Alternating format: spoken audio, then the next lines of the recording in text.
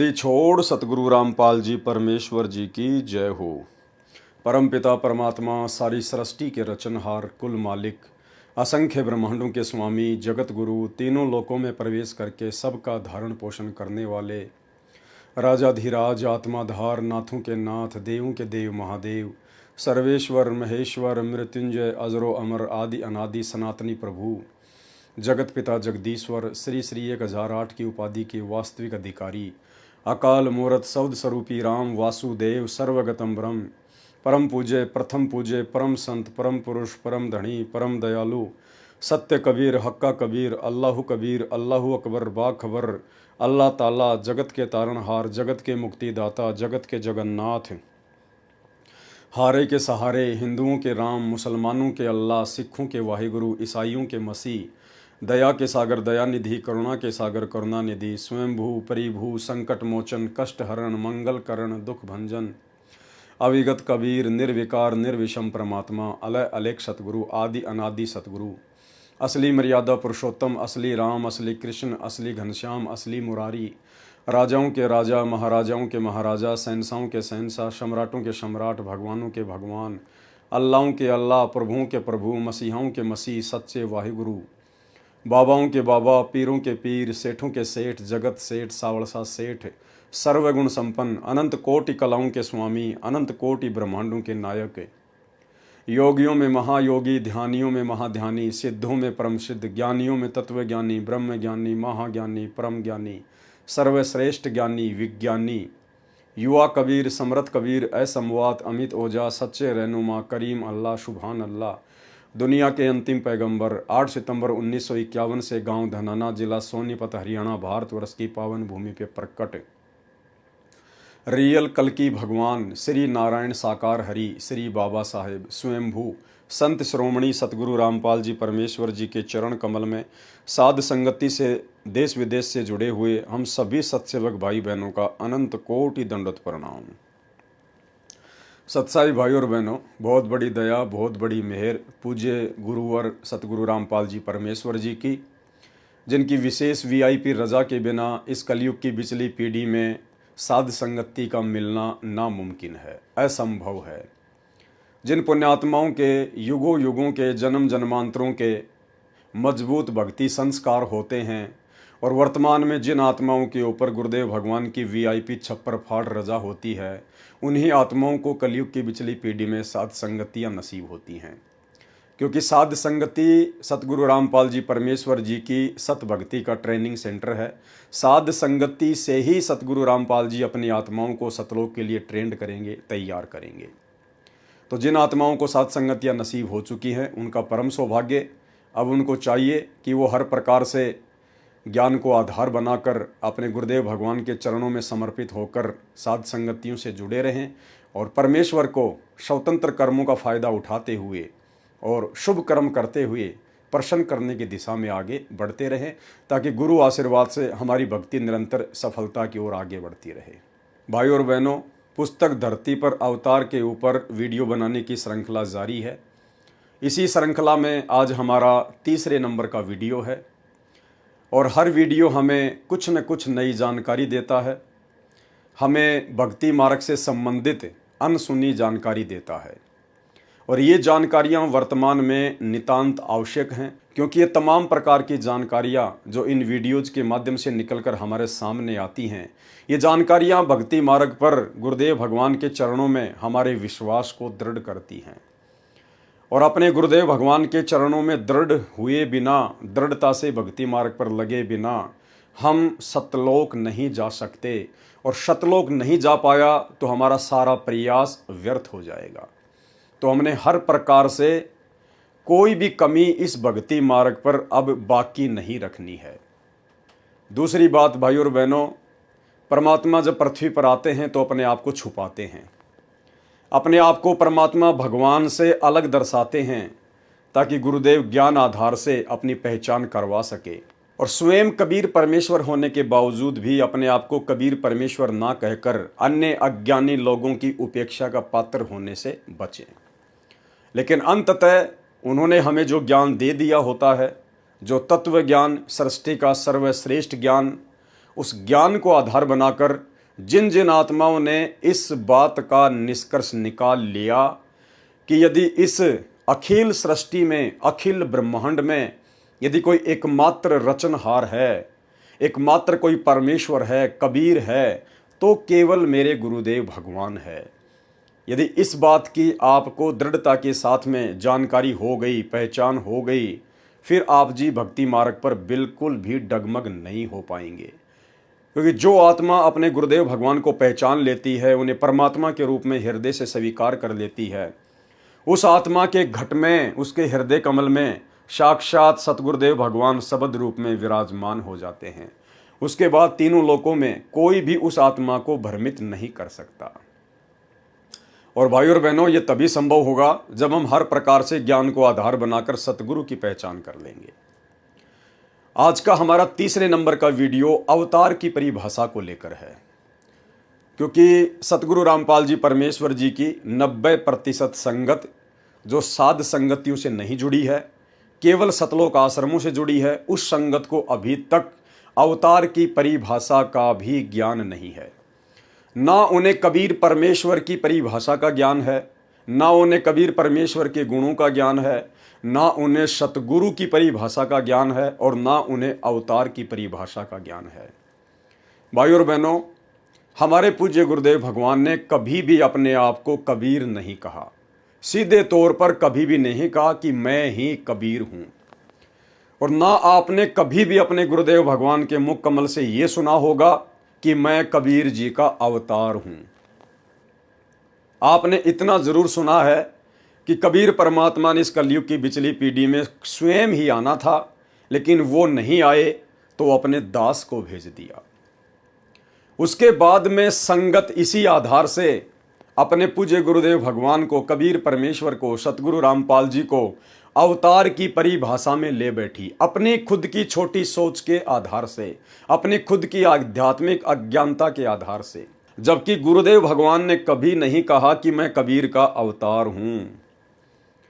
अब उन आत्माओं से जब सवाल किया जाता है, जब साथ संगत वाले भाई बहन अपने ही गुरु भाई बहनों से जो सतलोक आश्रमों से जुड़े हुए हैं, उनकी कुसंगति से जुड़े हुए हैं, जब हम उनसे इस प्रकार के सवाल जवाब करते हैं गुरुदेव भगवान के परमेश्वर होने को लेकर, तो वो झट से कह देते हैं कि संत रामपाल जी कबीर जी नहीं है, क्योंकि कबीर तो माँ के गर्भ से जन्म नहीं लेता, जबकि अपने गुरुजी संत रामपाल जी तो गर्भ से जन्म लेकर आए हैं, और अपने गुरुजी तो कबीर जी के अवतार हैं। फिर हम उनसे सवाल करते हैं कि आप अपने गुरुजी को यदि कबीर नहीं मानते हैं, तो आप उनको कबीर का अवतार किस आधार से कह रहे हैं? तो वो कहते हैं कि कबीर जी अपने सतलोक से जिस आत्मा को भेजता है नीचे अपना ज्ञान प्रचार करने के लिए, अपने भक्ति मार्ग को चलाने के लिए, तो वो आत्मा कबीर जी का अवतार कही जाती है। यदि मात्र सतलोक से कबीर जी के द्वारा किसी आत्मा को यहाँ भेजे जाने के कारण वो कबीर जी का अवतार कहलाता है, तो इस आधार से तो गधे, कुत्ते, सुअर, ब्रह्मा, विष्णु, महेश, काल, दुर्गा और इस दुनिया की 8 अरब जनसंख्या सब के सब कबीर जी के अवतार हैं। क्योंकि सतलोक से काल को किसने भेजा यहाँ? कबीर जी ने। तो कबीर जी ने भेजा तो फिर काल कबीर जी का अवतार हो गया। दुर्गा को किसने भेजा सतलोक से यहाँ? कबीर जी ने। तो दुर्गा भी कबीर परमात्मा का अवतार हो गई। हम असंख्य आत्माओं को दुर्गा के माध्यम से यहाँ किसने भेजा? कबीर परमेश्वर ने। तो हम सभी कबीर परमेश्वर के अवतार हैं। और फिर अपने कर्मों अनुसार जो गधे, कुत्ते, सुअर की योनियों में भटक रहे हैं, वो भी तो सतलोक से आए हुए हैं, उसी कबीर जी के द्वारा भेजे गए हैं। तो वो सारे कबीर के अवतार हो गए। तो बताओ अब हम कैसे इस बात के निष्कर्ष तक पहुंचें कि असल में कबीर का अवतार कौन है? क्या कबीर अपना अवतार भेजता भी है क्या, या खाली देखा देखी लोग कह रहे हैं कि संत रामपाल जी कबीर जी के अवतार हैं, कबीर जी के अवतार हैं? तो भाइयों और बहनों, पुस्तक धरती पर अवतार को लेकर आज हमारा जो तीसरे नंबर का वीडियो है, ये इसी कंसेप्ट को क्लियर करेगा कि वास्तव में संत रामपाल जी स्वयं कबीर परमात्मा हैं या कबीर जी के द्वारा भेजे गए कोई अवतार हैं। और जब तक ये कंसेप्ट क्लियर नहीं होगा, आप और हम भाई बहन चाहे लाख माला जप लें, हम भक्ति के आस पास भी नहीं हैं। क्योंकि सही प्रकार से भक्ति शुरू करने से पहले हमें अपने गुरुदेव भगवान की वास्तविक स्थिति का पूरा ज्ञान होना अति आवश्यक है। तो आज का वीडियो हमारे इसी कंसेप्ट को क्लियर करेगा। पुस्तक धरती पर अवतार का ये पेज नंबर 9 है, जहां पर सतगुरु रामपाल जी परमेश्वर जी ने काल ब्रह्म के अवतारों की जानकारी लिखी हुई है। ब्रह्म अर्थात काल के अवतारों की जानकारी। गीता अध्याय 4 का श्लोक 7 क्या कहता है? यदा यदा ही धर्मस्य ग्लानि भवति भारत अभ्युत्थानम अधर्मस्य तदा आत्मानं सृजामि अहम्। काल भगवान क्या कह रहा है? हे भारत यानी हे अर्जुन, जब जब धर्म की हानि और अधर्म की वृद्धि होती है तब तब ही मैं अपना अंश अवतार रचता हूं अर्थात उत्पन्न करता हूं। आगे तो कंसेप्ट क्लियर होगा ही होगा। समझदार व्यक्ति के लिए तो शुरुआत में ही कंसेप्ट क्लियर हो चुका है। अंश अवतार केवल ये काल, ये ब्रह्म उत्पन्न करता है।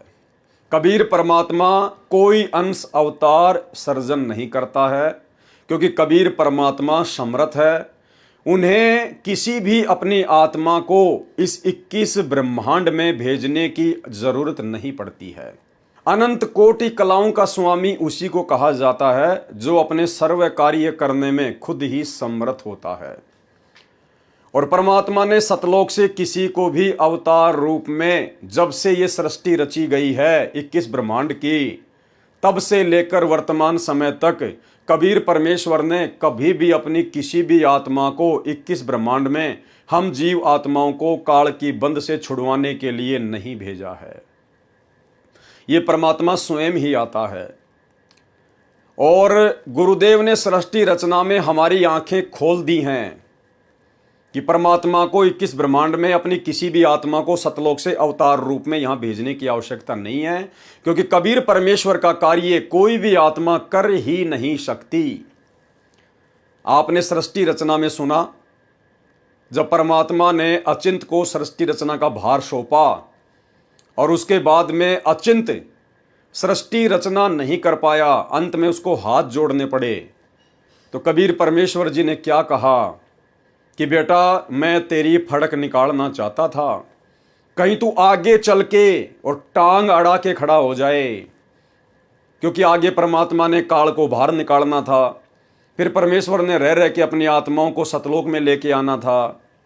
तो कहीं फिर बाद में जाकर परमेश्वर के वो पुत्र बीच में टांग ना अड़ा दें कि हे पिताजी ये काम तो हम भी कर सकते हैं, उस काल के 21 ब्रह्मांड में जाके अपने भाई बहनों को हम भी लेके आ सकते हैं। तो परमेश्वर ने उन आत्माओं को पहले ही उनकी औकात दिखा दी कि बच्चों समर्थ का काम उसी को साजे और करे तो मूर्ख बाजे।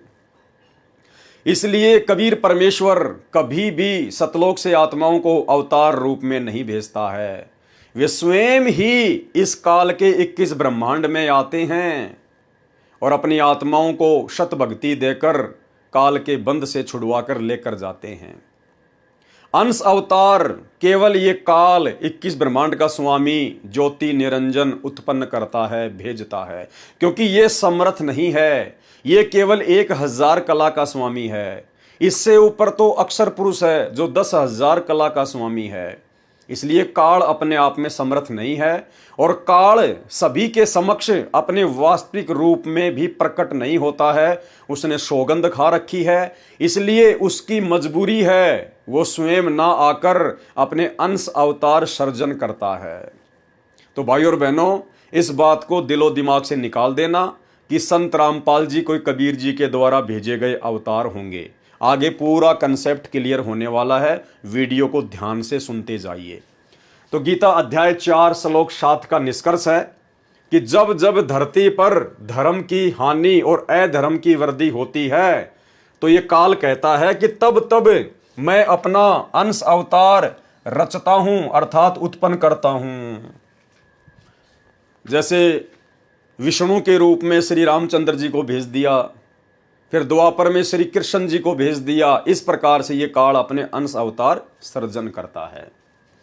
जैसे श्रीमद् भगवत गीता अध्याय 4 श्लोक 7 में गीता ज्ञानदाता ने कहा है कि जब जब धर्म में घृणा उत्पन्न होती है, धर्म की हानि होती है तथा अधर्म की वृद्धि होती है, तो मैं काल अर्थात ब्रह्म क्षर पुरुष अपने अंश अवतार अर्थात अपनी आत्माओं को सर्जन करता हूं अर्थात उत्पन्न करता हूं। जैसे श्री रामचंद्र जी तथा श्री कृष्ण चंद्र जी को काल ब्रह्म ने ही पृथ्वी पर उत्पन्न किया था, जो स्वयं श्री विष्णु जी ही माने जाते हैं। लेकिन आपको एक भी एग्जाम्पल सतयुग से लेकर वर्तमान कलयुग की पिछली पीढ़ी तक देखने को नहीं मिलेगा कि कबीर परमेश्वर ने कभी भी किसी भी युग में सतलोक से अपनी किसी आत्मा को अवतार रूप में भेजा हो। सतयुग में हम सब जानते हैं, गुरुदेव भगवान ने तोते की तरह रटा दिया है कि सतयुग में खुद कबीर परमात्मा सत सुकृत ऋषि के नाम से प्रकट हुए थे। यानी सतयुग में उन्होंने अपना कोई अवतार नहीं भेजा, खुद कबीर परमात्मा ही धरती पर सशरीर प्रकट हुए थे और एक संत जैसी भूमिका किया करते थे। जैसे आज सतगुरु रामपाल जी के रूप में वो दुनिया को एक साधारण मनुष्य की भांति ज्ञान समझा रहे हैं, उसी प्रकार की लीला उन्होंने सतयुग में की। उसके बाद त्रेता युग में उस कबीर परमेश्वर ने किसी को भी अवतार रूप में नहीं भेजा, खुद ही मुनिंदर ऋषि का रूप धारण करके सशरीर पृथ्वी पर प्रकट हुए। उसके बाद द्वापर युग में उस कबीर परमेश्वर ने किसी को भी सतलोक से अपने अंश अवतार रूप में नहीं भेजा, वे स्वयं ही करुणामय ऋषि के नाम से सशरीर प्रकट हुए और अपना ज्ञान प्रचार किया। फिर कलयुग के प्रथम चरण में वही कबीर परमात्मा अपने वास्तविक वैदिक नाम कबीर नाम से और 1398 में काशी के लहर तारा तालाब में कमल के विकसित फूल पर शिशु रूप में प्रकट हुए और परमेश्वर ने अपना ज्ञान प्रचार किया। लेकिन दुनिया उनको नहीं समझ पाई कि ये कबीर परमात्मा है। उसके बाद लगभग 350 साल पहले आदरणीय गरीबदास जी के रूप में खुद ही कबीर परमात्मा धरती पर प्रकट हुए। अर्जुन सर्जुन के प्रकरण में आपकी आंखें खुल जानी चाहिए कि गरीबदास जी के रूप में जो प्रकट हुए थे छुड़ानी में, वो कौन थे? खुद कबीर परमात्मा थे। और आज वर्तमान में खुद सतगुरु रामपाल जी के रूप में वही कबीर परमात्मा धरती पर प्रकट है। भाई, जब आज से पहले परमात्मा ने कभी भी सतलोक से किसी भी आत्माओं को अवतार रूप में नहीं भेजा, तो वर्तमान में संत रामपाल जी को क्यों भेजेंगे अवतार रूप में? और सतलोक से आई हुई आत्मा फिर क्यों मां के गर्भ से जन्म लेगी? सतलोक आश्रमों से जुड़े हुए भाई बहनों का कहना है कि संत रामपाल जी ने तो इंद्रो माई की कोख से जन्म लिया है। इस पुस्तक के जो लेखक हैं डॉक्टर सरदार सूरजपाल सिंह MA PhD, वो खुद लिख रहे हैं कि सतगुरु रामपाल जी ने इंद्रो माई की कोख से जन्म लिया है। तो चलिए आप लोगों की बात को हम बड़ा करते हैं इस प्रकरण को समझने के लिए। आप सतलोक आश्रम मैनेजमेंट हरियाणा वालों के द्वारा आप लोगों के हिसाब से यदि संत रामपाल जी कबीर जी के अवतार हैं, क्योंकि आप उनको कबीर जी का अवतार ही मानते हैं, क्योंकि 8 सितंबर को आप उनका जन्मदिन मनाते हैं। अगर आप संत रामपाल जी को ही कबीर भगवान मान लिए होते तो जून के महीने में वो दाढ़ी मूंछ वाली कबीर जी के समझे जाने वाली नकली फोटो को भगवान मानकर उसका कबीर प्रकट दिवस कभी ना मनाते। लेकिन आप लोगों को भगवान लगती है वो मुर्दा फोटो, और जो जिंदा सतगुरु है वो आपको लगता है कबीर का अवतार। तो भाई और बहनों, आपके अनुसार यदि संत रामपाल जी कबीर जी के अवतार हैं, कबीर जी के द्वारा भेजी गई कोई आत्मा है, तो सबसे पहली बात तो ये कि सतलोक में जो आत्माएं हैं वो कौन आत्मा है? वे सभी आत्मा मोक्ष प्राप्त हैं। वे सभी आत्मा मोक्ष प्राप्त हैं। उन आत्माओं का 21 ब्रह्मांड में किसी भी जीव आत्मा के साथ में कोई ऋण संबंध नहीं है। तो सतलोक में जो आत्मा रहती है वो मोक्ष प्राप्त आत्मा है। फिर वो मोक्ष प्राप्त आत्मा भला यहां पर किसी मां के गर्भ से जन्म लेकर क्यों उत्पन्न होगी? क्योंकि मां के गर्भ से जेर में लिपट कर तो वो जन्म लेगा जिसका उस मां के साथ में कोई पिछले जन्म जन्मांतरों का ऋण संबंध होगा, अन्यथा वो तो गर्भवास में आएगा ही नहीं।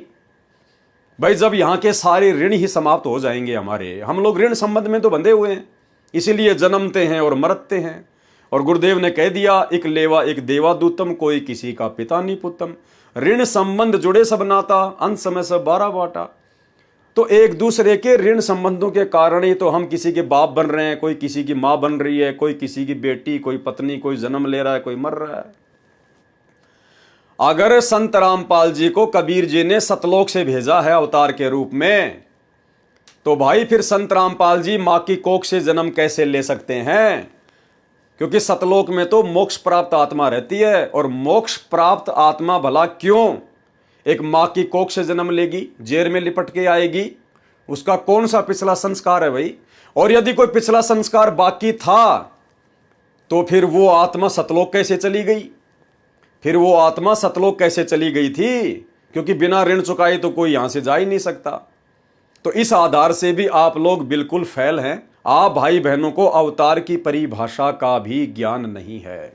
आगे पूरा कंसेप्ट क्लियर होने वाला है।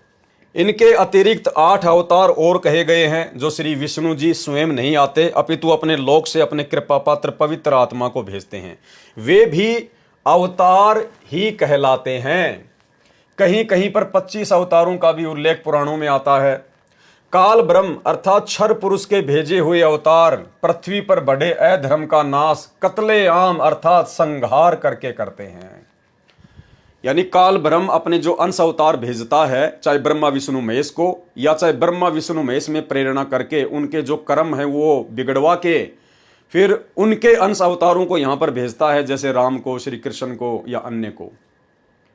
तो वो क्या करते हैं अवतार? उनके पास में कोई ज्ञानवान नहीं होता है, उनके पास कोई समाधान नहीं होता है। वो केवल अपना कर्म भोगने के लिए आते हैं और दुनिया में भगवान बन जाते हैं, अवतार बन जाते हैं। जैसे श्री रामचंद्र जी ने नारद जी के साथ में मजाक किया तो नारद जी ने उसको श्राप दे दिया। नारद जी के श्राप के कारण श्री रामचंद्र जी त्रेता युग में आए। त्रेता युग में उनके कर्म और बिगड़ गए। उन्होंने बाली को धोखे से मारा। फिर बाली ने कहा, महाराज इसका बदला कब दोगे? मैंने आपका क्या बिगाड़ा था? आपने तो अपने स्वार्थ के लिए मेरी हत्या की है धोखे से, ताकि मेरा भाई राजा बनने के बाद आपको सैन्य सहायता दे और आप अपनी औरत को लंकापति रावण से छुड़वा कर ला सकें। अन्यथा मेरा और आपका तो कोई झगड़ा ही नहीं था, तो इसका बदला कब दोगे? तो रामचंद्र जी ने कहा कि द्वापर युग में मैं श्री कृष्ण रूप में जन्म लूंगा, उस समय आपको बदला दूंगा। तो इनके पास कोई ज्ञान नहीं होता, इन अवतारों के पास में ना कोई समाधान होता है, और ये शांति स्थापना करने का प्रयास करते हैं लड़ाई झगड़ा करके, मार काट करके। लेकिन गुरुदेव भगवान कहते हैं उनकी इस विधि से शांति की जगह और ज्यादा अशांति फैल जाती है। राम रावण युद्ध हुआ, कितने करोड़ों सैनिक मारे गए, उनकी औरतें विधवा हो गई, बच्चे यतीम हो गए। कैसे उन्होंने अपना जीवन निर्वाह किया होगा, कैसे दूसरे पुरुषों से उन्होंने अपनी इज्जत बचाई होगी। तो ये लोग कभी भी शांति स्थापना नहीं कर सकते। ऐसे द्वापर में श्री कृष्ण जी आए, शांति स्थापना के चक्कर में महाभारत का युद्ध करवा डाला, 12 करोड़ सैनिकों का नाश करवा दिया, 56 करोड़ यादवों का संहार करवा दिया। तो काल के जो अवतार होते हैं वो केवल मारकाट और लड़ाई झगड़े के द्वारा शांति स्थापना करने का प्रयास करते हैं, और असल में उनका मकसद को शांति स्थापना करना नहीं होता है। रामचंद्र जी का त्रेता युग में कोई मकसद शांति स्थापना करने का नहीं था, बाढ़ में गई शांति, उनको तो अपनी पत्नी सीता को छुड़वा के लेके आना था। तो इस प्रकार से भाई और बहनों परमात्मा हमें समझा रहे हैं। उदाहरण के रूप में श्री रामचंद्र जी तथा श्री कृष्णचंद्र जी, श्री परशुराम जी तथा श्री नीकलंक जी, जो अभी आना शेष है, जो कलयुग के अंत में आएगा, ये सर्व अवतार घोर संहार करके ही अधर्म का नाश करते हैं। अधर्मियों को मारकर शांति स्थापित करने की चेष्टा करते हैं, कोशिश करते हैं, लेकिन सफल नहीं होते। परंतु शांति की अपेक्षा अशांति ही बढ़ती है। जैसे श्री रामचंद्र जी ने रावण को मारने के लिए युद्ध किया, युद्ध में करोड़ों पुरुष मारे गए, जिनमें धर्मी तथा अधर्मी दोनों ही मारे गए। फिर उनकी पत्नियां तथा छोटे छोटे बच्चे शेष रहे, उनका जीवन नरक बन गया। विधवाओं को अन्य व्यक्तियों ने अपनी हवस का शिकार बनाया, क्योंकि भाई सतगुरु रामपाल जी भगवान अंतर्यामी परमात्मा है, इनको हर एक पॉइंट का पता है, हर एक बात का पता है। विधवाओं को अन्य व्यक्तियों ने अपनी हवस का शिकार बनाया, तो बताओ शांति कहां हुई? निर्वाह की समस्या उत्पन्न हुई। आज आप जी अपने परिवार में अकेले कमाने वाले हैं और आपका 5 या 6 मेंबर का परिवार है, और अचानक से उस परिवार के मुखिया की डेथ हो जाती है तो उस परिवार का निर्वाह कितना मुश्किल हो जाता है। तो राम रावण युद्ध में करोड़ों सैनिक मारे गए थे, महाभारत में कई करोड़ों सैनिक मारे गए थे। तो धरती पर शांति की जगह अशांति ज़्यादा फैली, निर्वाह की समस्या उत्पन्न हुई, आदि आदि अनेकों अशांति के कारण खड़े हो गए। यही विधि श्री कृष्ण जी ने अपनाई थी, यही विधि श्री परशुराम जी ने अपनाई थी। इसी विधि से 10वां अवतार काल ब्रह्म क्षर पुरुष द्वारा उत्पन्न किया जाएगा। उसका नाम निकलंक होगा। वह कलयुग के अंतिम समय में उत्पन्न होगा, जो राजा हरिश्चंद्र वाली आत्मा होगी। संबल नगर में श्री विष्णु दत्त शर्मा के घर में जन्म लेगा। उस समय सर्व मानव अत्याचारी अन्यायी हो जाएंगे, यानी लाखों साल की बाद की बात है ये। उन सर्व को मारेगा। उस समय जिन जिन मनुष्यों में परमात्मा का डर होगा, और डर होगा किन में उस समय, आज से 2-3 लाख साल बाद में जब वो निकलंक आएगा, काल के द्वारा भेजा गया अवतार राजा दशरथ की आत्मा जो सतयुग में राजा था, वो मारेगा किनको, जो अत्याचारी होंगे, अन्यायी होंगे, अधर्मी होंगे। और जिन आत्माओं में जरा सी भी धार्मिकता बची होगी वो उनको हाथ भी नहीं लगाएगा। अब वो धार्मिक आत्मा कौन होंगी? वर्तमान में जो सतगुरु रामपाल जी परमेश्वर जी के भक्ति मार्ग में जो फिसल जाएंगी। इस कलयुग की पिछली पीढ़ी में परमात्मा जितनी भी आत्माओं को अपनी शरण में लेंगे, वो आत्माएं जो पार नहीं हो पाई, किसी भी कारण से रह जाएंगी, फिर वो बार बार मनुष्य जन्म लेती रहेंगी, भक्ति करते रहेंगी, उनका भक्ति धन जुड़ता चला जाएगा। वही आत्माएं उस समय जिनमें थोड़ी बहुत धार्मिकता शेष होगी और जिनको वो निकलंक नाम का अवतार नहीं मारेगा, वो वही आत्मा होंगी। कुछ सदाचारी होंगे, उनको छोड़ दिया जाएगा, अन्य सभी को मार डालेगा। ये विधि है ब्रह्म काल पुरुष के अवतारों की अधर्म का नाश करने तथा शांति स्थापना करने की। तो काल भगवान के अवतारों की आपको विस्तृत जानकारी मिल गई है कि काल अपना अंश अवतार यहां भेजता है क्योंकि वो समर्थ नहीं है। अब हम बात करेंगे कबीर परमात्मा की, सत्य पुरुष की। क्या सत्य पुरुष भी अपना अवतार भेजता है? अगर अवतार भेजता है तो बात तो यहां पर अवतारों की चल रही है, तो जरूर परमात्मा लिखेंगे कि हां सत्य पुरुष भी अपना अवतार भेजता है। लेकिन गुरुदेव क्या कह रहे हैं? ये तो बड़े आश्चर्य की बात है आप सतलोक आश्रमों से जुड़े हुए भाई बहनों के लिए। आप तो अपने गुरुजी को कबीर जी की आत्मा मानते हो, कबीर जी का भेजा हुआ अवतार मानते हो, लेकिन गुरुजी ने तो मना कर दिया। यहां तो मना कर दिया गुरुजी ने कि कबीर जी कोई अवतार नहीं भेजता है। देखिए, परम अक्षर ब्रह्म अर्थात सत्य पुरुष के अवतारों की जानकारी। अब ये परम अक्षर ब्रह्म कौन है? ये कबीर परमात्मा है। सत्य पुरुष कौन है? ये कबीर परमात्मा है। तो परम अक्षर ब्रह्म अर्थात सत्य पुरुष के अवतारों की जानकारी। नंबर 1 ध्यान से पढ़ लेना भाइयों और बहनों। परम अक्षर ब्रह्म स्वयं पृथ्वी पर प्रकट होता है, वह शरीर आता है। कबीर परमात्मा कोई अवतार नहीं भेजता है, सतलोक से किसी आत्मा को नहीं भेजता है, क्योंकि एक आत्मा दूसरी आत्मा को 21 ब्रह्मांड से बाहर निकालने में सक्षम नहीं है। समर्थ का काम उसी को साजे और करे तो मूर्ख बाजे। इस प्रकरण में अवतारों की बात चल रही है। ऊपर गुरुदेव ने काल के अवतारों की जानकारी दे दी, वो कैसे भेजता है, वो क्या करते हैं। अब यहां समझदार को संकेत ही काफी है, जबकि यहां तो स्पष्ट लिख दिया गुरुदेव ने कि परम अक्षर ब्रह्म यानी कबीर परमात्मा, परम अक्षर ब्रह्म स्वयं पृथ्वी पर प्रकट होता है, वह शरीर आता है। किसी मां की कोख से जन्म लेके नहीं आता, किसी मां के गर्भ से जेर में लिपट के नहीं आता। जैसा कि आप सतलोक आश्रम वाले भाई बहन अपने गुरुदेव भगवान के विषय में कहते हो, आप लोगों को कहते हुए शर्म भी नहीं आती कि संत रामपाल जी का जन्म हुआ है। अरे संत रामपाल जी तो अपने आप को छुपाते हुए लाख बार कहेंगे कि मेरा तो जन्म हुआ है, मेरी माता का नाम इंद्रोमाई है, मेरे पिता का नाम भगत नंदराम है। वो लाख बार कहेंगे, वो कह सकते हैं अपने आप को छुपाते हुए। लेकिन हम भक्तों को क्या अधिकार है ये कहने का कि हमारे गुरुजी ने इंद्रोमाई की कोख से जन्म लिया है? वो भगत नहीं है, फिर अभी वो भगत बना नहीं है, उसको सतगुरु के तत्व ज्ञान की अभी छींट भी नहीं है। परम अक्षर ब्रह्म स्वयं पृथ्वी पर प्रकट होता है, जैसा कि आज पृथ्वी पर प्रकट हो चुके हैं। सह शरीर 8 सितंबर 1951 को गांव धनाना, जिला सोनीपत, हरियाणा में परम अक्षर ब्रह्म स्वयं पृथ्वी पर प्रकट होता है। वह सह शरीर आता है, किसी मां के गर्भ से जन्म लेके नहीं आता, और सह शरीर लौट जाता है, सह शरीर ही लौट जाता है। आज तक परमात्मा, क्योंकि हमें तो सतयुग से लेकर वर्तमान समय का ही पता है, सतयुग से लेकर वर्तमान समय तक बता दीजिए कबीर परमात्मा कब चिता पर लेट के गए, बता दीजिए। सतयुग में परमात्मा आए, सह शरीर आए, सह शरीर गए। त्रेता में परमात्मा आए, सह शरीर आए, सह शरीर गए।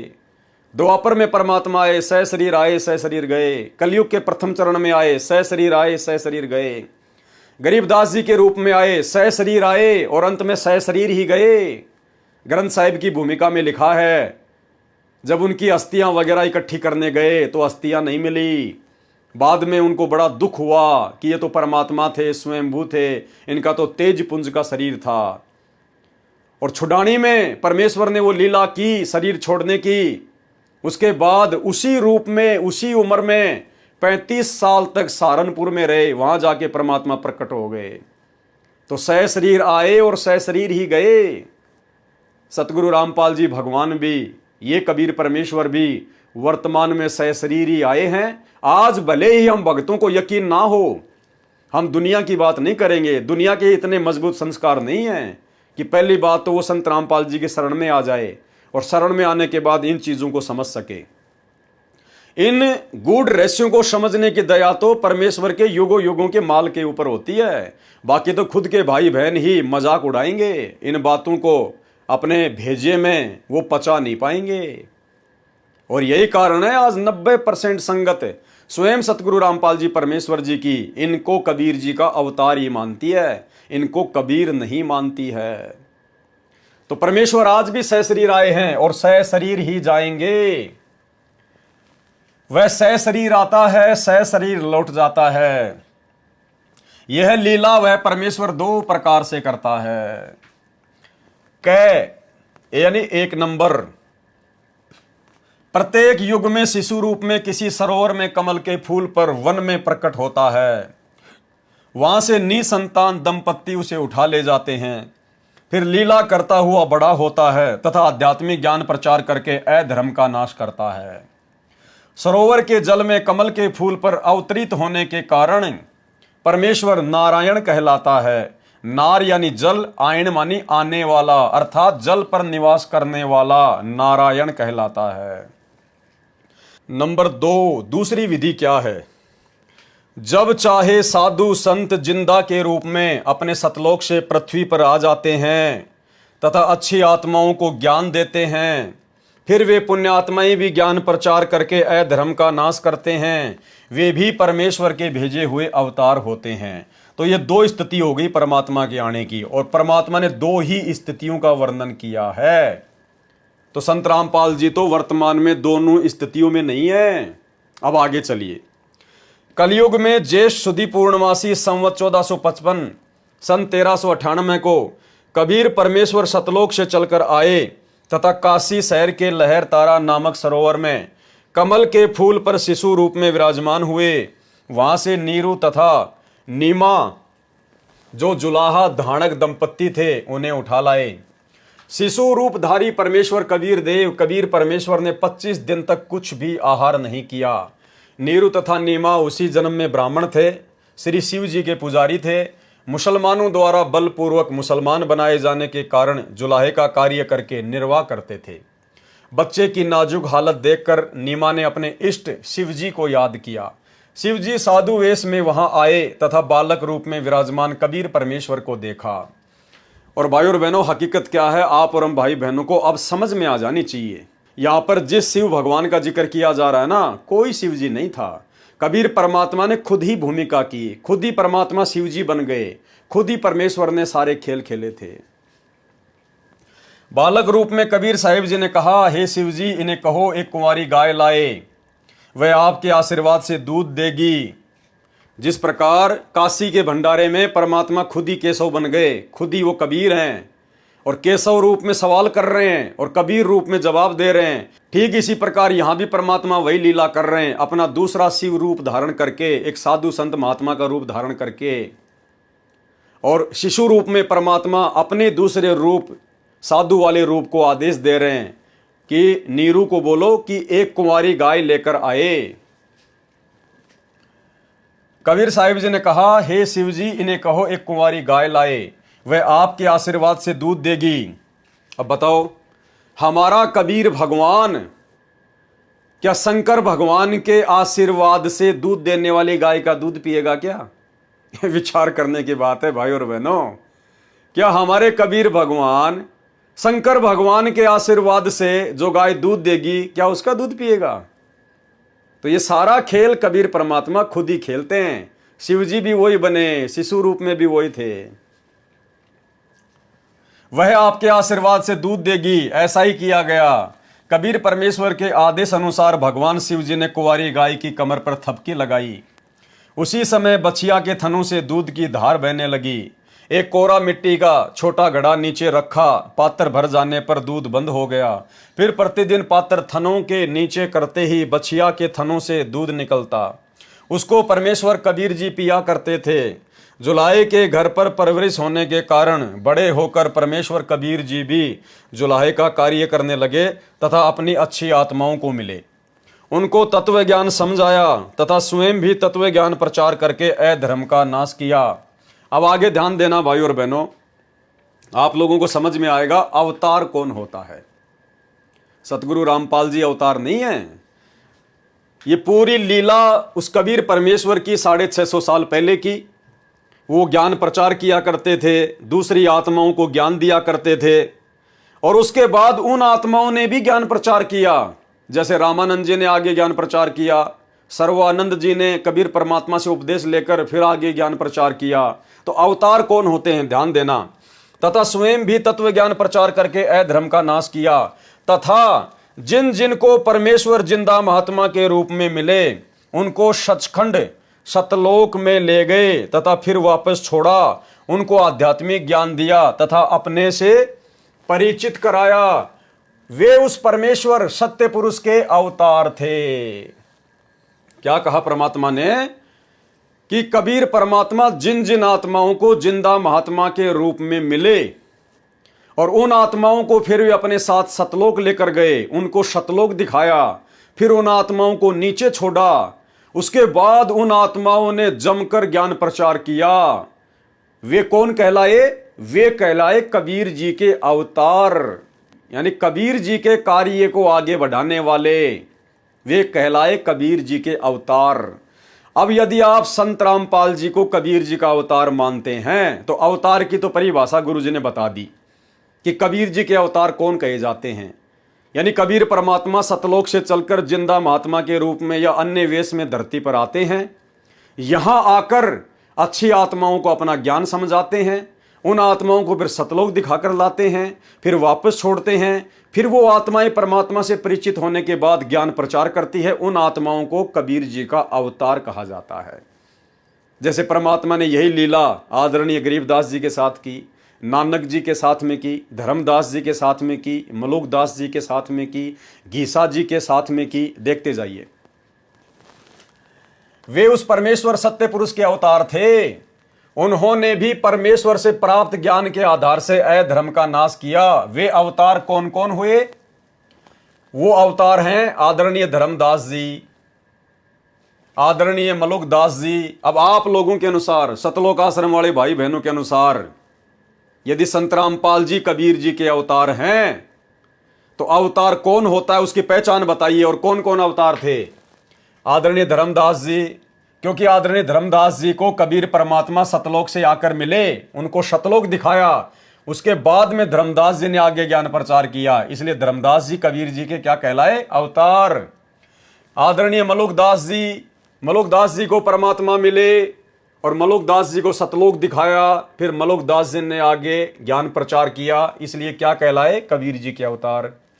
आदरणीय नानक देव जी, सिख धर्म के प्रवर्तक, कबीर परमात्मा जिंदा महात्मा के रूप में बेई नदी पर मिले, नानक जी को ज्ञान दिया, सतलोक दिखाया, वापस छोड़ा, फिर नानक जी ने ज्ञान प्रचार किया, इसलिए नानक जी क्या कहलाए? परमात्मा के अवतार।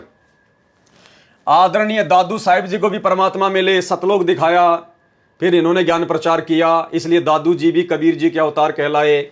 आदरणीय गरीबदास साहिब जी गांव छुड़ानी जिला झज्जर हरियाणा वाले, तथा आदरणीय घीसा दास साहिब जी गांव खेकड़ा जिला मेरठ उत्तर प्रदेश वाले, ये उपरोक्त सर्व अवतार, ये उपरोक्त क्या थे? अवतार।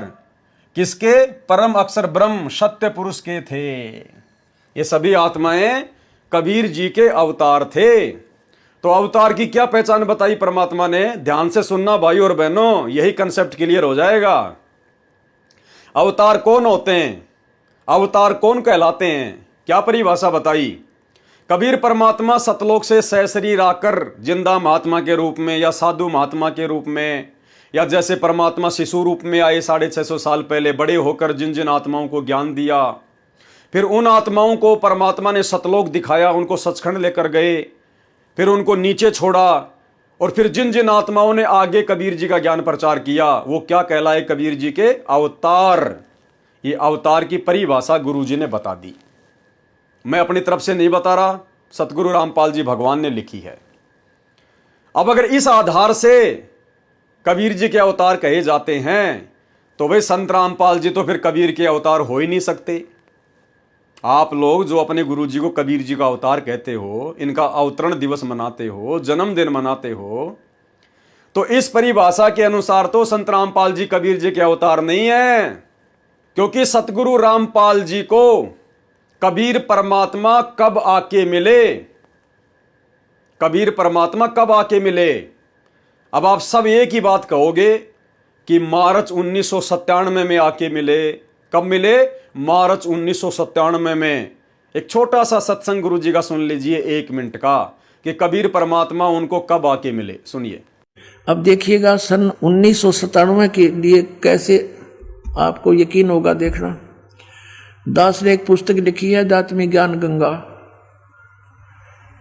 और जो आपके कर कमलों में है, इसमें एक लेख है 538 पृष्ठ पे, यथार्थ कबीर पंथ परिचय नामक एक विषय है, और इसमें यहाँ लिखा है, मुझ दास यानी रामपाल दास को परमेश्वर कबीर साहिब जी संवत 2054 फाल्गुन मास शुक्ल पक्ष एकम मार्च 1997 को दिन के 10 बजे मिले थे, तथा सार शब्द की वास्तविकता और संगत को दान करने का सही समय संकेत देकर अंतर्ध्यान हो गए थे, और इसको यानी मुझे परमात्मा मिले थे, इसको अगले आदेश तक रहस्य युक्त रखने का आदेश दिया था। और फिर परमात्मा ने एक और अनमोल खजाना अभी 10 दिन के अंदर अंदर हमें दिया है। तो भाई और बहनों, क्लियर हो गया कि संत रामपाल जी को कबीर परमात्मा जिंदा महात्मा के रूप में कब आकर मिले? मार्च 1997 में। और अवतार की परिभाषा क्या है कि जब कबीर परमात्मा आके किसी को मिलता है, उसके बाद सीधा उसे सतलोक लेकर जाता है, उसके बाद उसको नीचे छोड़ता है, फिर आगे वो ज्ञान प्रचार करता है। जबकि संत रामपाल जी तो कबीर जी के मिलने से और 5-7 साल पहले से ज्ञान प्रचार कर रहे हैं।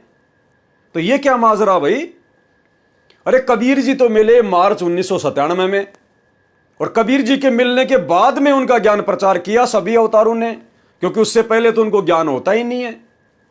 अरे भगवान सतलोक से आएगा तभी तो ज्ञान देगा, और फिर सतलोक दिखाएगा, तभी तो उन आत्माओं को विश्वास होगा। जब आंखों देख लेंगी सतलोक, तभी तो वो परमात्मा के अवतार कहलाए।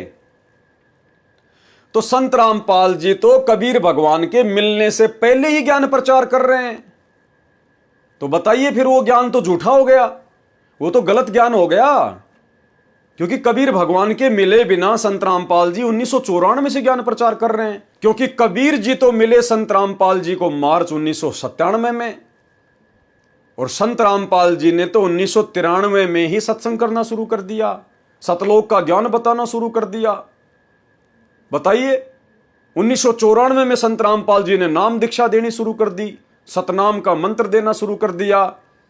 तो इसका मतलब 1997 से पहले संत रामपाल जी जो ज्ञान दिया करते थे, वो सही ज्ञान नहीं हो सकता, क्योंकि सही ज्ञान तो परमात्मा आके बताएगा ना, उसके बाद ही आत्मा आगे ज्ञान प्रचार करेगी, जैसे कि बाकी सभी आत्माओं ने किया। तो फिर संत रामपाल जी 1997 से पहले कौन से सतलोक का ज्ञान दे रहे थे? इसका मतलब वो तो गलत ज्ञान है मेरे भाई। लेकिन वो ज्ञान तो बिल्कुल सत्य है। अगर उनके आगे के ज्ञान से उनके पिछले ज्ञान को मेल किया जाए तो बिल्कुल ओके है, परफेक्ट है। तो ये क्या माजरा भाई? ये कौन सी कैटेगरी के अवतार हैं फिर? और जिन जिन आत्माओं को परमात्मा ने अवतार घोषित किया है उन सबको सतलोक दिखाया, क्योंकि सतलोक देखे बिना आत्मा विश्वास नहीं कर सकती। तो बताओ, संत रामपाल जी को तो कबीर जी कभी सतलोक लेकर ही नहीं गए। अरे मार्च 1997 में मिले तब भी सतलोक लेके नहीं गए। तो बताओ भाई और बहनों, फिर बिना सतलोक को देखे संत रामपाल जी कैसे आगे लोगों को इतने विश्वास के साथ में बता सकते हैं? और सतलोक को देखे बिना तो कोई परमात्मा को जान ही नहीं सकता, पहचान ही नहीं सकता, क्योंकि परमात्मा खुद कहते हैं कि जो देखेगा मेरे देश को सो जानत है मुझ, जो देखेगा मेरे देश को सो जानत है मुझ। तो भाई धर्मदास जी ने, मलुकदास जी ने, नानक जी ने, गीसा जी ने, इन सब ने तो सतलोक देखा था, उसके बाद में आगे ज्ञान प्रचार किया, और कबीर जी से ज्ञान लेने के बाद में ज्ञान प्रचार किया। जबकि यहां संत रामपाल जी को ना तो कबीर जी सतलोक लेकर गए, ना तो संत रामपाल जी को सतलोक दिखाया, और ना कबीर जी ने संत रामपाल जी को ज्ञान दिया। अरे वो तो मात्र 5-10 मिनट के लिए मिले थे, जैसा गुरुजी कहते हैं कि मार्च 1997 में थोड़े समय के लिए मिले और अंतर ध्यान हो गए। तो बताओ भाई और बहनों, फिर ये कौन सी कैटेगरी के अवतार हैं? तो अब तो कम से कम आपकी आंखें खुल जानी चाहिए। अरे स्वयं कबीर भगवान है, इनको भला कौन सतलोक दिखा देगा? ये दुनिया को जिंदा बाबा के रूप में सतलोक दिखाकर लेकर आते हैं। इन्हें भला कौन सतलोक दिखा देगा? इन्हें भला कौन ज्ञान दे देगा? जो जगत गुरु हैं। जगत गुरु पूरी सृष्टि में एक ही होता है, 2 नहीं होते, 4 नहीं होते। और जगत गुरु केवल खुद कबीर भगवान है। क्या कहते हैं परमात्मा अपने विषय में कि जाति हमारी जगत गुरु। ये कबीर परमात्मा की जाति है जगत गुरु, आप और हमारी जाति है जीव, जीव हमारी जाति है, मानव धर्म हमारा। और परमेश्वर की जाति क्या है? जाति हमारी जगत गुरु और परमेश्वर है पंथ। गरीब दास लिखत पड़े, मेरा नाम निरंजन कंत। तो इस जिंदा महात्मा को, इस सतलोक के राजा को भला कौन सतलोक दिखा देगा? ये तो दुनिया को सतलोक दिखाकर वापस लाते हैं, छोड़ते हैं, अपने गवाह बनाते हैं। तो ये स्वयं कबीर परमात्मा है। अन्यथा अवतार की परिभाषा गुरुजी ने धर्मदास जी, नानक जी, मलुकदास जी, गीसादास जी आदि को माध्यम बनाकर बता दी है कि अवतार तो वो होता है जिसको 2 कोड़ी का ज्ञान नहीं होता और मां के गर्भ से जेर में लिपट के आता है, जीव जूनी का प्राणी होता है, और उसको परमात्मा आके ज्ञान देता है और फिर उसको सतलोक दिखा के लाता है, तब उसको विश्वास होता है। वो फिर आगे परमात्मा का ज्ञान प्रचार करते हैं, उनको कहते हैं अवतार। तो बताइए इनको कब ज्ञान दिया कबीर परमात्मा ने? कबीर परमात्मा मिले 1997 में, जबकि संत रामपाल जी तो वही ज्ञान जो उन अवतारों को भी नहीं था, नानक जी को भी वो ज्ञान नहीं था, धर्मदास जी को भी वो ज्ञान नहीं था, मलुकदास, दादू जी, इन सबको वो ज्ञान नहीं था। जो ज्ञान संत रामपाल जी को कबीर परमात्मा मिले उससे 4 साल पहले से दुनिया को दे रहे हैं। तो कहां से ज्ञान आ गया इनके पास भाई? क्योंकि ये खुद कबीर भगवान है, खुद कबीर परमात्मा है। तो भाई और बहनों, आप और हमने हर प्रकार से, हर पहलू पर गहनता से चिंतन मनन करना है। ये परमात्मा ने गहरे गहरे संकेत, ये इशारे इन पुस्तकों में, अपने सत्संगों में छुपाए हुए हैं, और इसीलिए परमात्मा ने अपने उन छुपे हुए गहरे गहरे रहस्यों को उजागर करवाने के लिए साध संगतियां शुरू करवाई है। और सतगुरु रामपाल जी भगवान की विशेष प्रेरणा के बिना, उनकी विशेष रजा के बिना इन पुस्तकों में से इन संकेतों को कोई निकाल नहीं सकता। जिस प्रकार गुरुदेव कहते हैं ना कि गीता, वेद, कुरान, पुराण, बाइबल इनमें से परमात्मा की विशेष रजा के बिना कोई रहस्यों को निकाल नहीं सकता। तो अपने आप को छुपाते हुए स्वयं सतगुरु रामपाल जी भगवान ने उन शास्त्रों का रहस्य निकाल के दिया। ठीक इसी प्रकार सतगुरु रामपाल जी की पुस्तकों में, सत्संगों में जो गूढ़ गूढ़ रहस्य हैं, उनकी विशेष रजा के बिना कोई भगत निकाल नहीं सकता। हम भाई बहन इन पुस्तकों को ना जाने कब से पढ़ते आ रहे हैं। आज परमात्मा ने दया बख्शी है अपना आशीर्वाद देकर, जो हम इन गूढ़ रहस्यों को निकाल पा रहे हैं, समझ पा रहे हैं। तो क्या कहा परमात्मा ने? आदरणीय गीसादास साहिब जी, गांव खेकड़ा, जिला मेरठ, उत्तर प्रदेश वाले, ये उपरोक्त सर्व अवतार परम अक्षर ब्रह्म सत्य पुरुष के थे। अपना कार्य करके चले गए, अधर्म का नाश किया, जिस कारण से जनता में बहुत समय तक बुराई नहीं समाई। वर्तमान में संतों की कमी नहीं, परंतु शांति का नाम नहीं। कारण यह है कि इन संतों की साधना शास्त्रों के विरुद्ध है, जिस कारण से समाज में अधर्म बढ़ता जा रहा है। इन पंथों और संतों को सैकड़ों वर्ष हो गए ज्ञान प्रचार करते हुए, परंतु अधर्म बढ़ता ही जा रहा है। अब आगे देखिए भाइयों और बहनों, सत्य पुरुष का वर्तमान अवतार। सत्य पुरुष कौन? कबीर परमात्मा। वर्तमान में कबीर परमात्मा का अवतार कौन है, कहां है, कैसा है? वर्तमान यानी वर्तमान पिछली पीढ़ी का समय, जो हम बात कर रहे हैं वर्तमान में, लाइव आ रहे हैं, वीडियो देख रहे हैं, इस समय की बात हो रही है। सत्य पुरुष का वर्तमान अवतार। अवतार की परिभाषा आपने ऊपर देख ली है, पढ़ ली है कि अवतार कौन होते हैं, कैसे होते हैं और अवतार कैसे बनते हैं। जो सत्य साधना तथा तत्व ज्ञान का प्रचार परमेश्वर के पूर्वोक्त परमेश्वर के अवतार संत किया करते थे, जैसे धर्मदास जी, नानक जी, दादू जी, घीसा जी, जिससे आपसी प्रेम था, एक दूसरे के दुख में दुखी होते थे, असहाय व्यक्ति की मदद करते थे, वही शास्त्र विधि अनुसार साधना तथा वही आध्यात्मिक यथार्थ ज्ञान संत रामपाल दास जी महाराज को परमेश्वर कबीर साहिब जी ने प्रदान किया। लेखक क्या कह रहा है? डॉक्टर सूरज पाल सरदार MA PhD, धरती पर अवतार पुस्तक का लेखक, फिर अपनी अज्ञानता को झोंक दिया और संत रामपाल जी को फिर से क्या साबित कर दिया? कबीर जी का भेजा गया अवतार। ध्यान से पढ़िए, वही शास्त्र विधि अनुसार साधना तथा वही आध्यात्मिक यथार्थ ज्ञान संत रामपाल दास जी महाराज को परमेश्वर कबीर साहिब जी ने प्रदान किया है। कब किया? मार्च 1997 को फाल्गुन मास की शुक्ल प्रथमा को दिन के 10 बजे जिंदा महात्मा के रूप में सतलोक से आकर संत रामपाल दास जी महाराज को सतनाम तथा सारनाम दान करने का आदेश देकर अंतर्ध्यान हो गए। अब भाइयों और बहनों, लेखक समझ नहीं पाया पूरे मैटर को, ये समझ नहीं पाया। पहले तो परमात्मा ने इसी के हाथों से अवतार की परिभाषा लिखवा दी जो सत्य है। आगे चल के इसने संत रामपाल जी को कबीर जी का अवतार लिख दिया, घोषित कर दिया, लेकिन अवतार की परिभाषा भूल गए कि अवतार की परिभाषा मैंने क्या लिखी थी। अब ये वीडियो तो हमने देख लिया कि मार्च 1997 में दिन के 10 बजे जिंदा महात्मा के रूप में सतलोक से आकर संत रामपाल दास जी महाराज को सतनाम तथा सारनाम दान करने का आदेश देकर अंतर्ध्यान हो गए।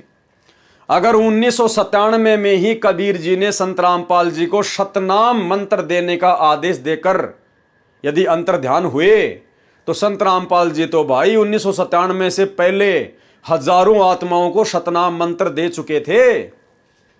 अरे 1994 से नाम दीक्षा दे रहे हैं संत रामपाल जी, और हजारों को संत रामपाल जी ने सतनाम की दीक्षा दे दी थी। आप लोगों के अनुसार कबीर परमात्मा के मार्च 1997 में मिलने से पहले।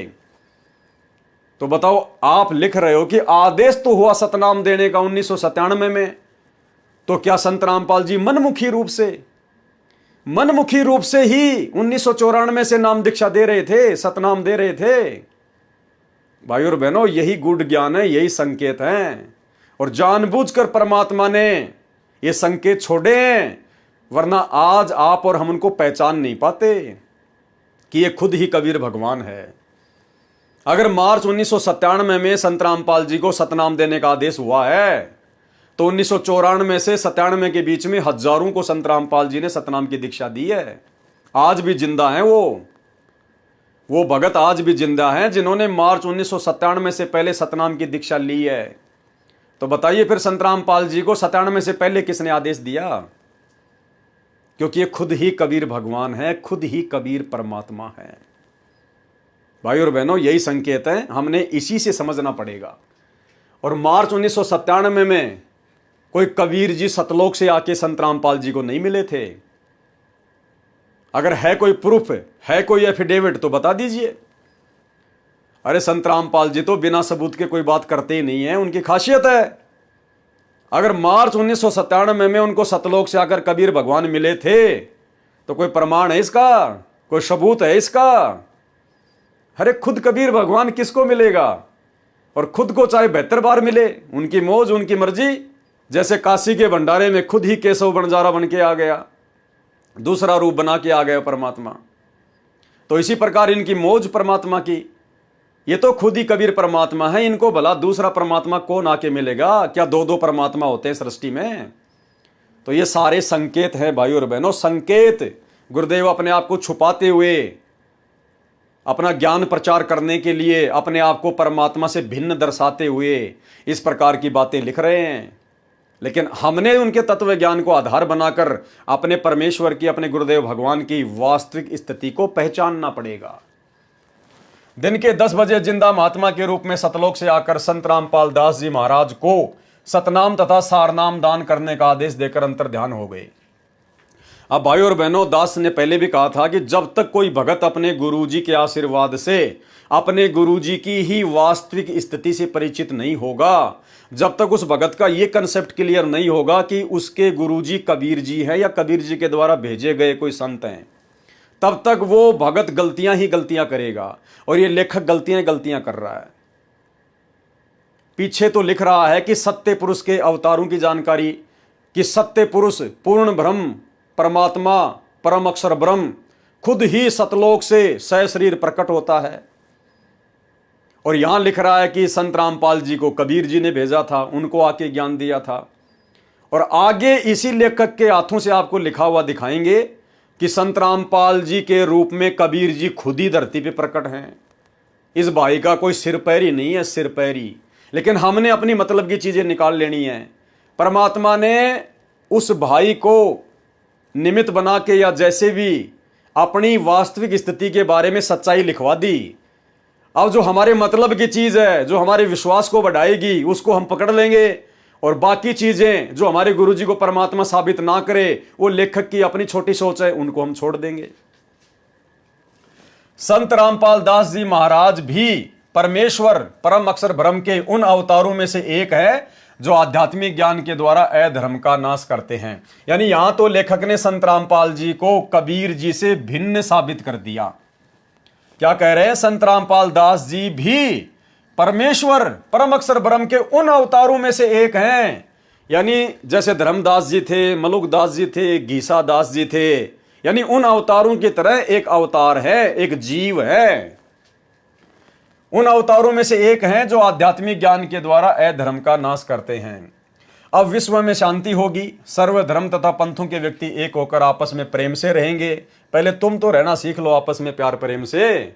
सत्सेवकों को लठ मारते हो, गाड़ियां निकालते हो, मुकदमे करते हो, दुनिया को शिक्षा दे रहे हो।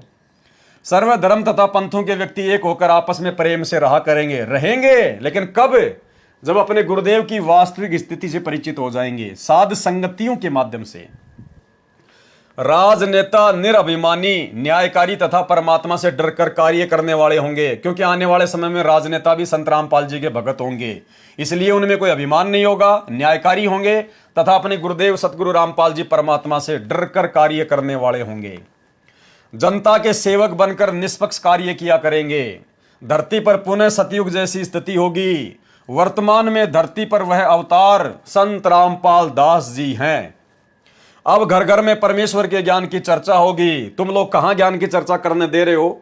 हम साथ संगत वाले भाई बहन साथ संगतियां रखवाते हैं, मालिक की चर्चा करते हैं, तुम लोग लड़ाई करते हो, झगड़ा करते हो और बात कर रहे हो घर घर में ज्ञान प्रचार की। तो होगी चर्चा घर घर में, लेकिन कब? जब सारी संगत साथ संगतियों से जुड़ जाएगी, अपने गुरुजी के बारे में जान जाएगी, जब मैनेजमेंट की कुसंगति से बाहर निकल जाएगी, उसके बाद जहां गांव व शहरों में तथा पार्कों में बैठकर ताश खेलते हैं। तुम कह ही नहीं सकते ये बात, यहां पर तुम लोगों को उलाना दे ही नहीं सकते। लेखक जो बात लिख रहा है ना कि पार्कों में बैठ के लोग ताश खेलते हैं, तो तुम क्या कर रहे हो? तुम लोगों को स्टेडियम बना बना के दे रहे हो। अरे तुम लोगों को स्टेडियम बना बना के दे रहे हो बैडमिंटन खेलने के लिए। तुम लोग धनाना गांव वालों को कबड्डी खेलने के लिए 31 हजार रुपए दे रहे हो। तो तुम यहां बात लिख ही नहीं सकते कि लोग पार्कों में बैठ के ताश खेल के जो अपना समय बर्बाद करते हैं। तुम क्या कर रहे हो फिर? ये होती है दोगली बातें भाई और बहनों। जहां गांव व शहरों में तथा पार्कों में बैठकर ताश खेलते हैं, कोई राजनीति की बातें करता है, देखा? और ये खुद क्या कर रहे हैं भाई और बहनों? ये खुद क्या कर रहे हैं? 2019 में कांग्रेस के चमचे बन गए सतलोक आश्रम वाले, और 2024 वर्तमान में बीजेपी के चमचे बन के घूम रहे हैं और लोगों को शिक्षा दे रहे हैं कि जहां लोग राजनीति की बातें करके अपना समय बर्बाद करते हैं, तो तुम क्या कर रहे हो फिर वर्तमान में राजनीतियां करके? कोई अपने पुत्रों तथा पुत्र वधुओं की अच्छे या निकम्मे होने की चर्चा करते हैं, वहां परमेश्वर की महिमा की चर्चा होगी तथा ज्ञान गंगा पुस्तक में लिखे ज्ञान पर विचार हुआ करेगा। करेंगे विचार सात संगति से जुड़ने के बाद। परमात्मा की महिमा करने मात्र से जीव पुण्य का भागी बनता है। फिर आप हम लोगों को महिमा करने से क्यों रोकते हो भाई? लेखक लिख रहा है, सतलोक आश्रम वाले लिख रहे हैं कि परमात्मा की महिमा करने मात्र से जीव पुण्य का भागी बनता है। अरे हम तो वही कर रहे हैं, अपने गुरुदेव भगवान की चर्चा ही करते हैं सात संगतियों में, उनको भोग लगाते हैं, ज्ञान चर्चा करते हैं, उनके शब्द गाते हैं।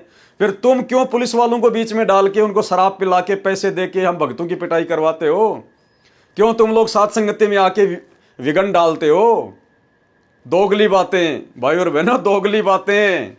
महिमा से तो पुण्य मिलता है, इसीलिए तो परमात्मा ने प्रेरणा करके सात संगतियां शुरू करवाई।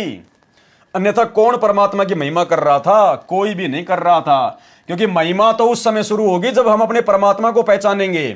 अभी तक तो कोई सात संगति के अभाव में अपने गुरुजी को पहचान ही नहीं रहा।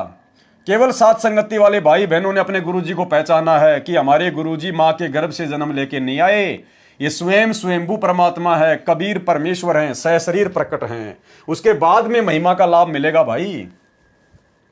परमात्मा की महिमा करने मात्र से भी जीव पुण्य का भागी बनता है।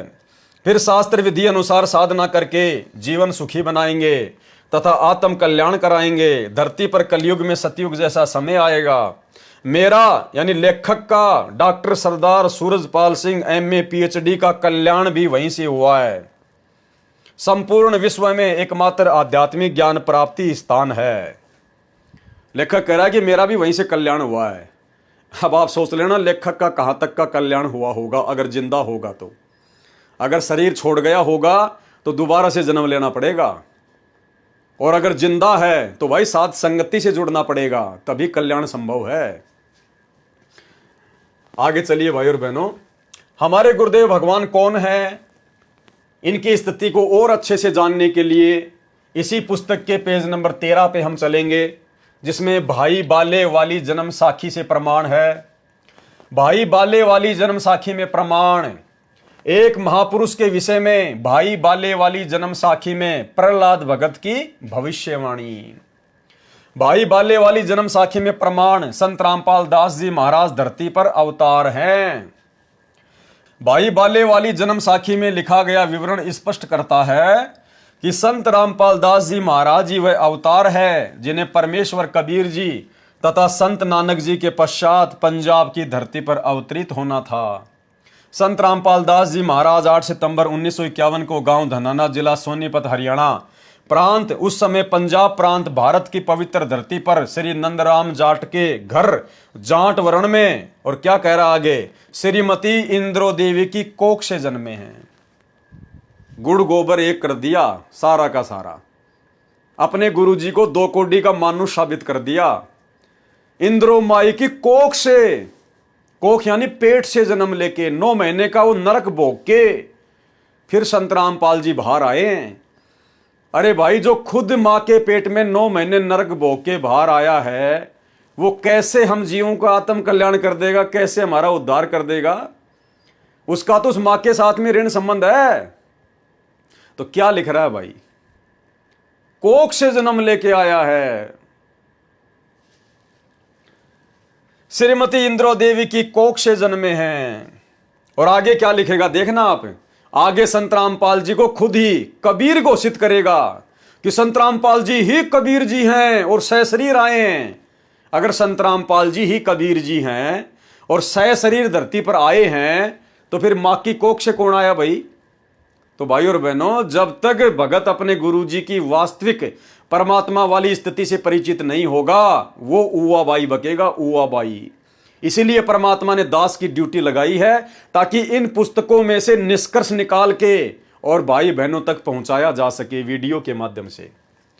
इस विषय में जन्म साखी भाई बाले वाली हिंदी वाली में, जिसके प्रकाशक हैं भाई जवार सिंह कृपाल सिंह एंड कंपनी, पुस्तकों वाले बाजार माई सेवा अमृतसर पंजाब, तथा पंजाबी गली के प्रकाशक हैं भाई जवार सिंह कृपाल सिंह, पुस्तक वाले गली नंबर 8 बाग रामानंद अमृतसर पंजाब। इसमें लिखा है, अमर लेख इस प्रकार है। एक समय भाई बाला तथा मर्दाना को साथ लेकर सतगुरु नानक जी भगत प्रहलाद जी के लोक में गए, जो पृथ्वी से कई लाख कोस दूर अंतरिक्ष में है। प्रहलाद ने कहा, हे नानक जी, आपको परमात्मा ने दिव्य दृष्टि दी तथा कलयुग में बड़ा भगत बनाया है। आपका कलयुग में बहुत प्रताप होगा। कौन कह रहा है? भगत प्रहलाद जी कह रहे हैं। जब नानक जी अपने 2 शिष्यों बाला और मर्दाना को भगत प्रहलाद के लोक में लेके गए ऊपर अंतरिक्ष में, यहां से लाखों कोस दूर, तो भगत प्रहलाद जी ने उनका आदर सत्कार किया और क्या कहा? प्रहलाद ने कहा, हे नानक जी, आपको परमात्मा ने दिव्य दृष्टि दी है तथा कलयुग में बड़ा भगत बनाया है। आपका कलयुग में बहुत प्रताप होगा। यहां पर प्रहलाद के लोक में पहले कबीर जी आए थे। प्रहलाद ने क्या कहा कि आपसे पहले मेरे लोक में कौन आए थे? कबीर जी आए थे, या आज आप आए हो। एक और आएगा जो आप दोनों जैसा ही महापुरुष होगा, यानी कबीर जी जैसा ही महापुरुष होगा।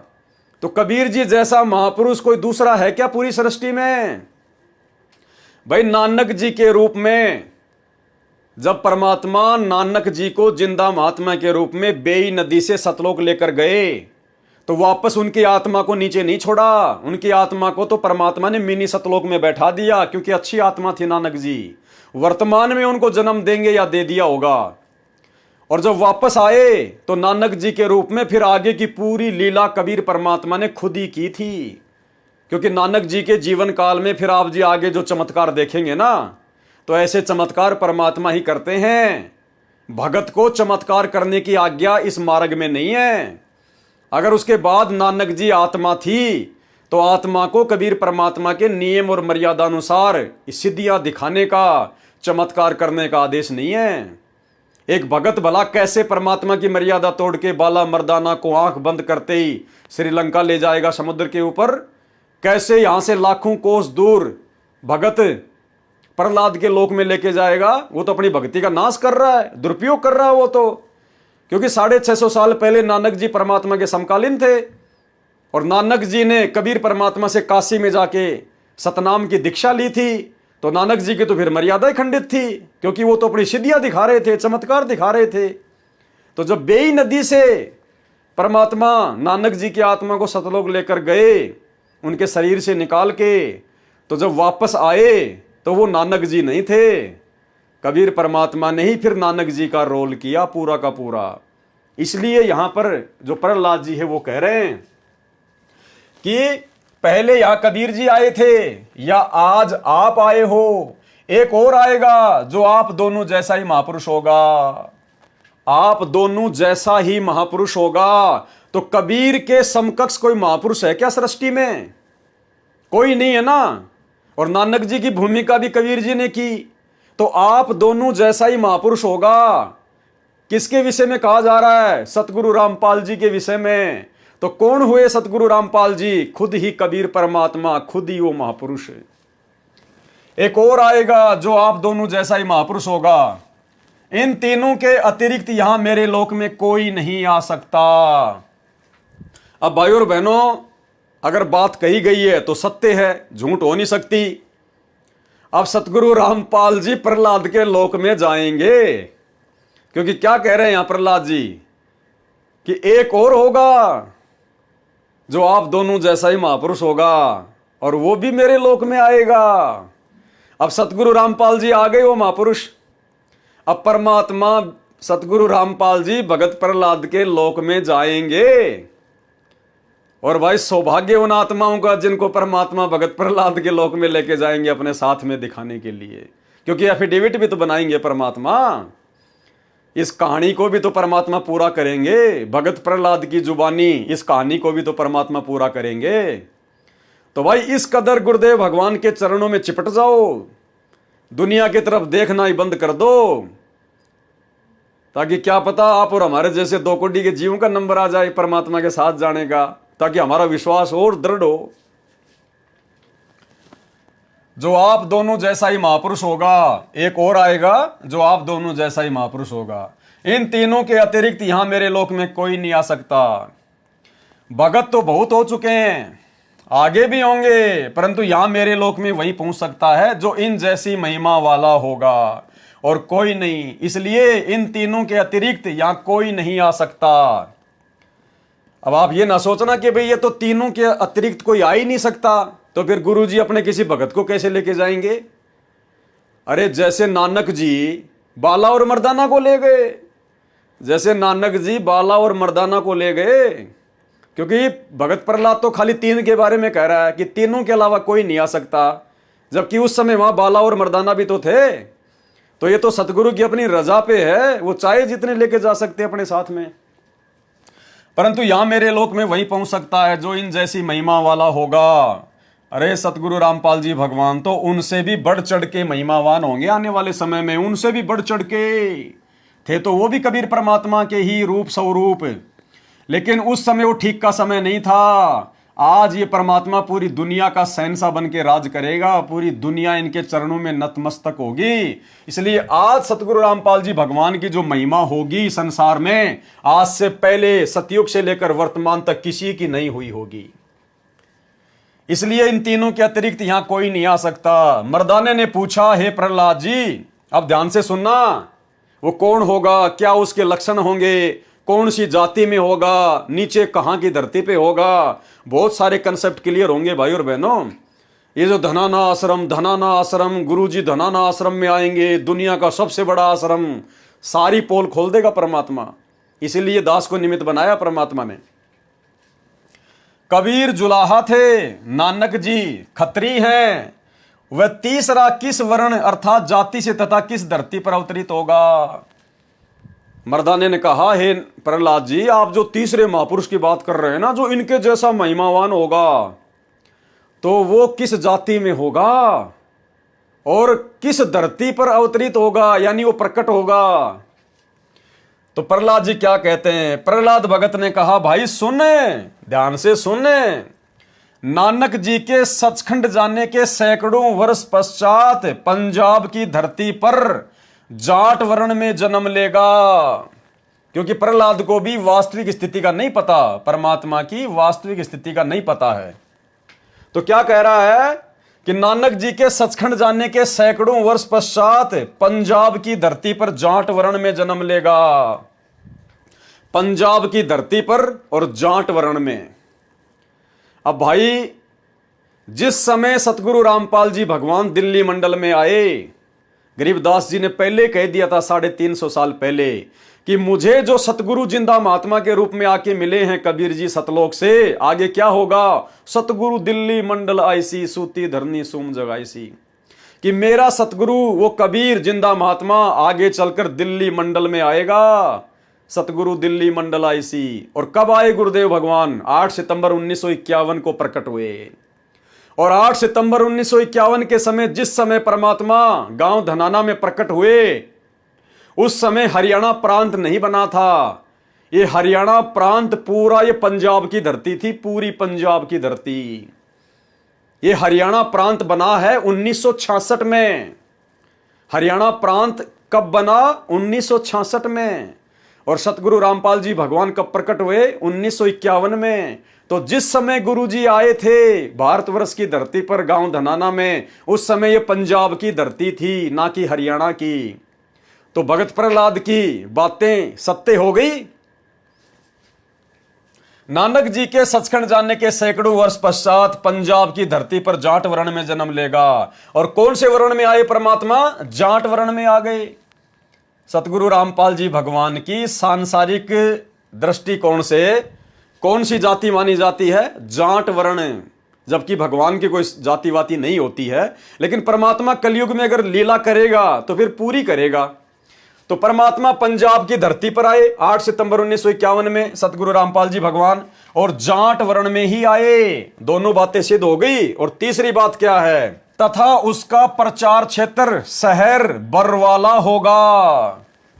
यहां पर गलती से लेखक ने लिख रखा था बटाला, जो कि मिसप्रिंट हो गया था। परमात्मा ने इसको शुद्ध कर दिया।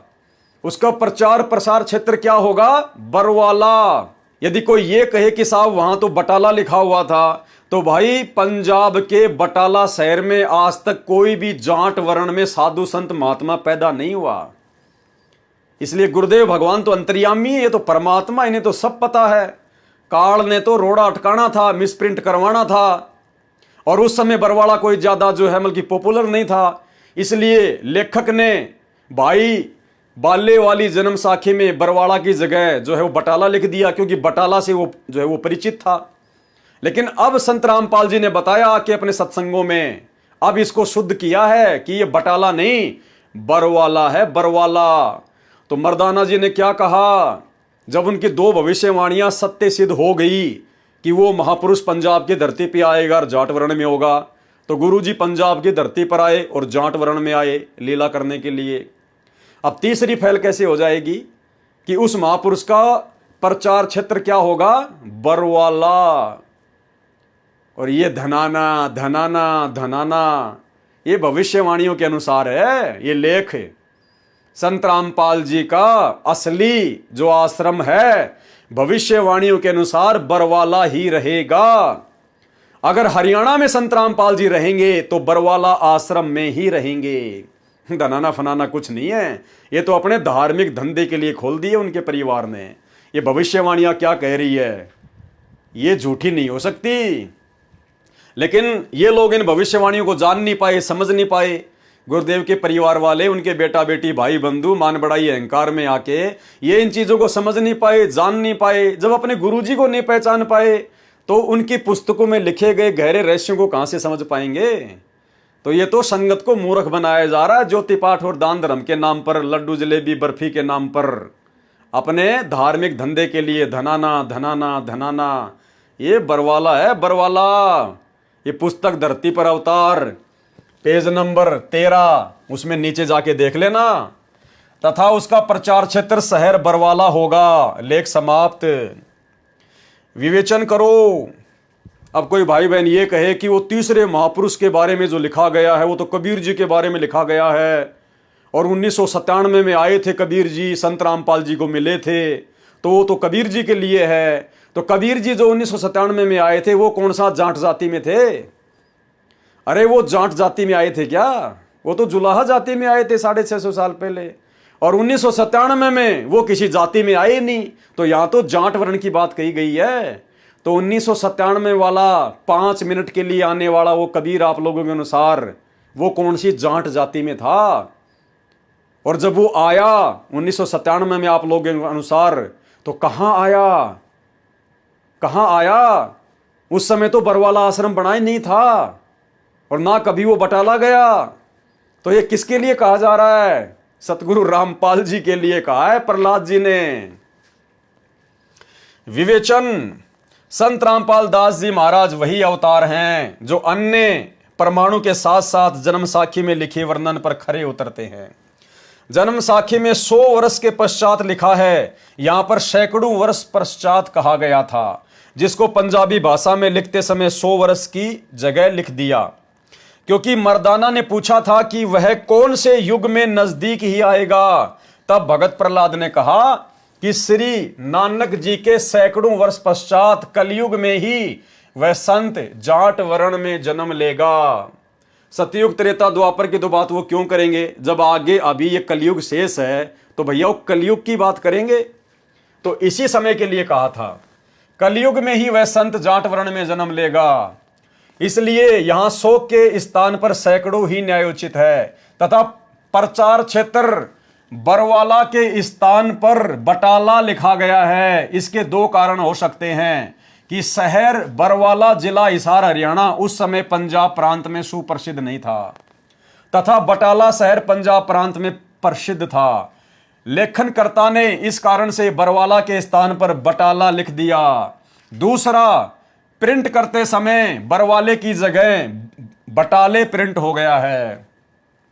एक विशेष विचारणीय पहलू है कि पंजाब के बटाला शहर में कोई भी जाट संत नहीं हुआ जो इन महापुरुषों परमेश्वर कबीर देव जी व श्री नानक देव जी के समान महिमावान तथा इनके समान ज्ञानवान हुआ हो। अब कबीर जी के समान ज्ञानवान दूसरा कौन हो जाएगा भाई? कबीर जी के समान महिमावान और कबीर जी के समान ज्ञानवान कोई सृष्टि में दूसरा हो सकता है क्या? तो क्या लिखा जा रहा है यहां पर गुरुदेव भगवान के द्वारा हमारी आंखें खोलने के लिए कि जो इन महापुरुषों परमेश्वर कबीर देव जी व श्री नानक देव जी के समान महिमावान तथा इनके समान ज्ञानवान हुआ हो, तो कबीर जी के समान ज्ञानवान तो खुद कबीर जी हो सकता है, दूसरा कोई नहीं हो सकता। तो संत रामपाल जी खुद ही कबीर परमेश्वर हैं। इस आधार से तथा अन्य प्रमाणों के आधार से तथा इस जन्म साखी के आधार से स्पष्ट है कि तीसरे महापुरुष कौन है? संत रामपाल दास जी महाराज है। कौन कह रहा है? लेखक कह रहा है। मैं लेखक का नाम क्यों ले रहा हूं? क्योंकि यहां पर संत रामपाल दास जी महाराज नाम लिखा है। संत रामपाल जी कभी भी अपने नाम के आगे महाराज नहीं लिखेंगे, दास लिख सकते हैं। तथा इनका आध्यात्मिक ज्ञान भी इन दोनों महापुरुषों परमेश्वर कबीर जी तथा श्री नानक देव जी से मेल खाता है। आप देखेंगे दोनों फोटोकॉपी, जो जन्म साखी भाई बाले वाली जो कि एक पंजाबी भाषा में है तथा दूसरी हिंदी में है जो कि पंजाबी भाषा से ही अनुवादित है, इसमें कुछ प्रकरण ठीक नहीं लिख पाए हैं। जैसे पंजाबी भाषा में लिखा है कि जो इस जी हाँ कोई होवेगा ता एथे पहुंचेगा, यानी इनके जैसा कोई होगा तो यहां पहुंचेगा। और दा एथे पहुंचने का काम नहीं, किसी और के यहां पहुंचने का काम नहीं है। परंतु हिंदी वाली जन्म साखी में यह विवरण नहीं है, जो बहुत महत्वपूर्ण है। इससे सिद्ध है कि लिखते समय कुछ प्रकरण बदल जाता है। फिर भी ढेर सारे प्रमाण जो इस पुस्तक धरती पर अवतार में अन्य महापुरुषों के द्वारा संत रामपाल दास जी के विषय में कहे गए हैं, वे भी इसी को प्रमाणित करते हैं। कहने का मतलब भाई और बहनों, हमारे गुरुदेव भगवान के ऊपर ये भविष्यवाणियां हैं, सारी की सारी बातें हैं। और ये सारी बातें परमात्मा ने पुस्तकों में लिखी भी है, थोड़ा थोड़ा सत्संगों में भी जिक्र किया है, लेकिन पुस्तकों में परमात्मा ने संकेतों में ज्यादा लिख दिया, ताकि समय आने पर मेरे बच्चे जब पुस्तक पढ़ेंगे, वीडियो बनाएंगे, तो उनका विश्वास और दृढ़ होगा। विशेष यदि कोई ये कहे कि जन्म साखी में लिखी व्याख्या संत गरीबदास जी गांव छुड़ानी वाले के लिए है, क्योंकि वे भी जाट जाति से थे तथा छुड़ानी गांव भी पहले पंजाब प्रांत के अंतर्गत आता था, यह भी उचित नहीं लगती है। क्योंकि संत गरीबदास जी ने अपनी अमृतवाणी असुर निकंदन रमैनी में कहा है कि सतगुरु दिल्ली मंडल आईसी। गरीबदास जी ने क्या कहा कि जो मेरा सतगुरु है, जो मुझे जिंदा महात्मा के रूप में छुड़ानी में आके मिला था, वही सतगुरु आगे चलकर दिल्ली मंडल में आएगा। दिल्ली मंडल यानी दिल्ली के आसपास के क्षेत्र में, तो गांव धनाना, जिला सोनीपत, हरियाणा दिल्ली मंडल में आता है। सतगुरु दिल्ली मंडल आईसी, सूती धरणी सूम जगाईसी। भावार्थ है कि संत गरीबदास जी के सतगुरु कौन? संत गरीबदास जी के सतगुरु पूज्य कबीर साहिब जी थे, और वही आएगा दिल्ली मंडल में। तो कौन आए दिल्ली मंडल में? संत रामपाल जी। तो कौन हुए गरीबदास जी के सतगुरु कबीर जी? स्वयं सतगुरु रामपाल जी। सतगुरु दिल्ली मंडल आईसी, सूती धरनी सुम जगाईसी। भावार्थ है कि संत गरीबदास जी के सतगुरु पूज्य कबीर साहिब जी थे।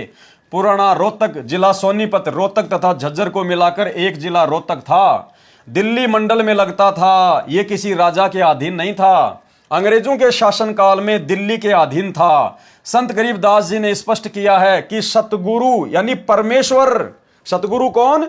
परमेश्वर कबीर जी दिल्ली मंडल में आएंगे।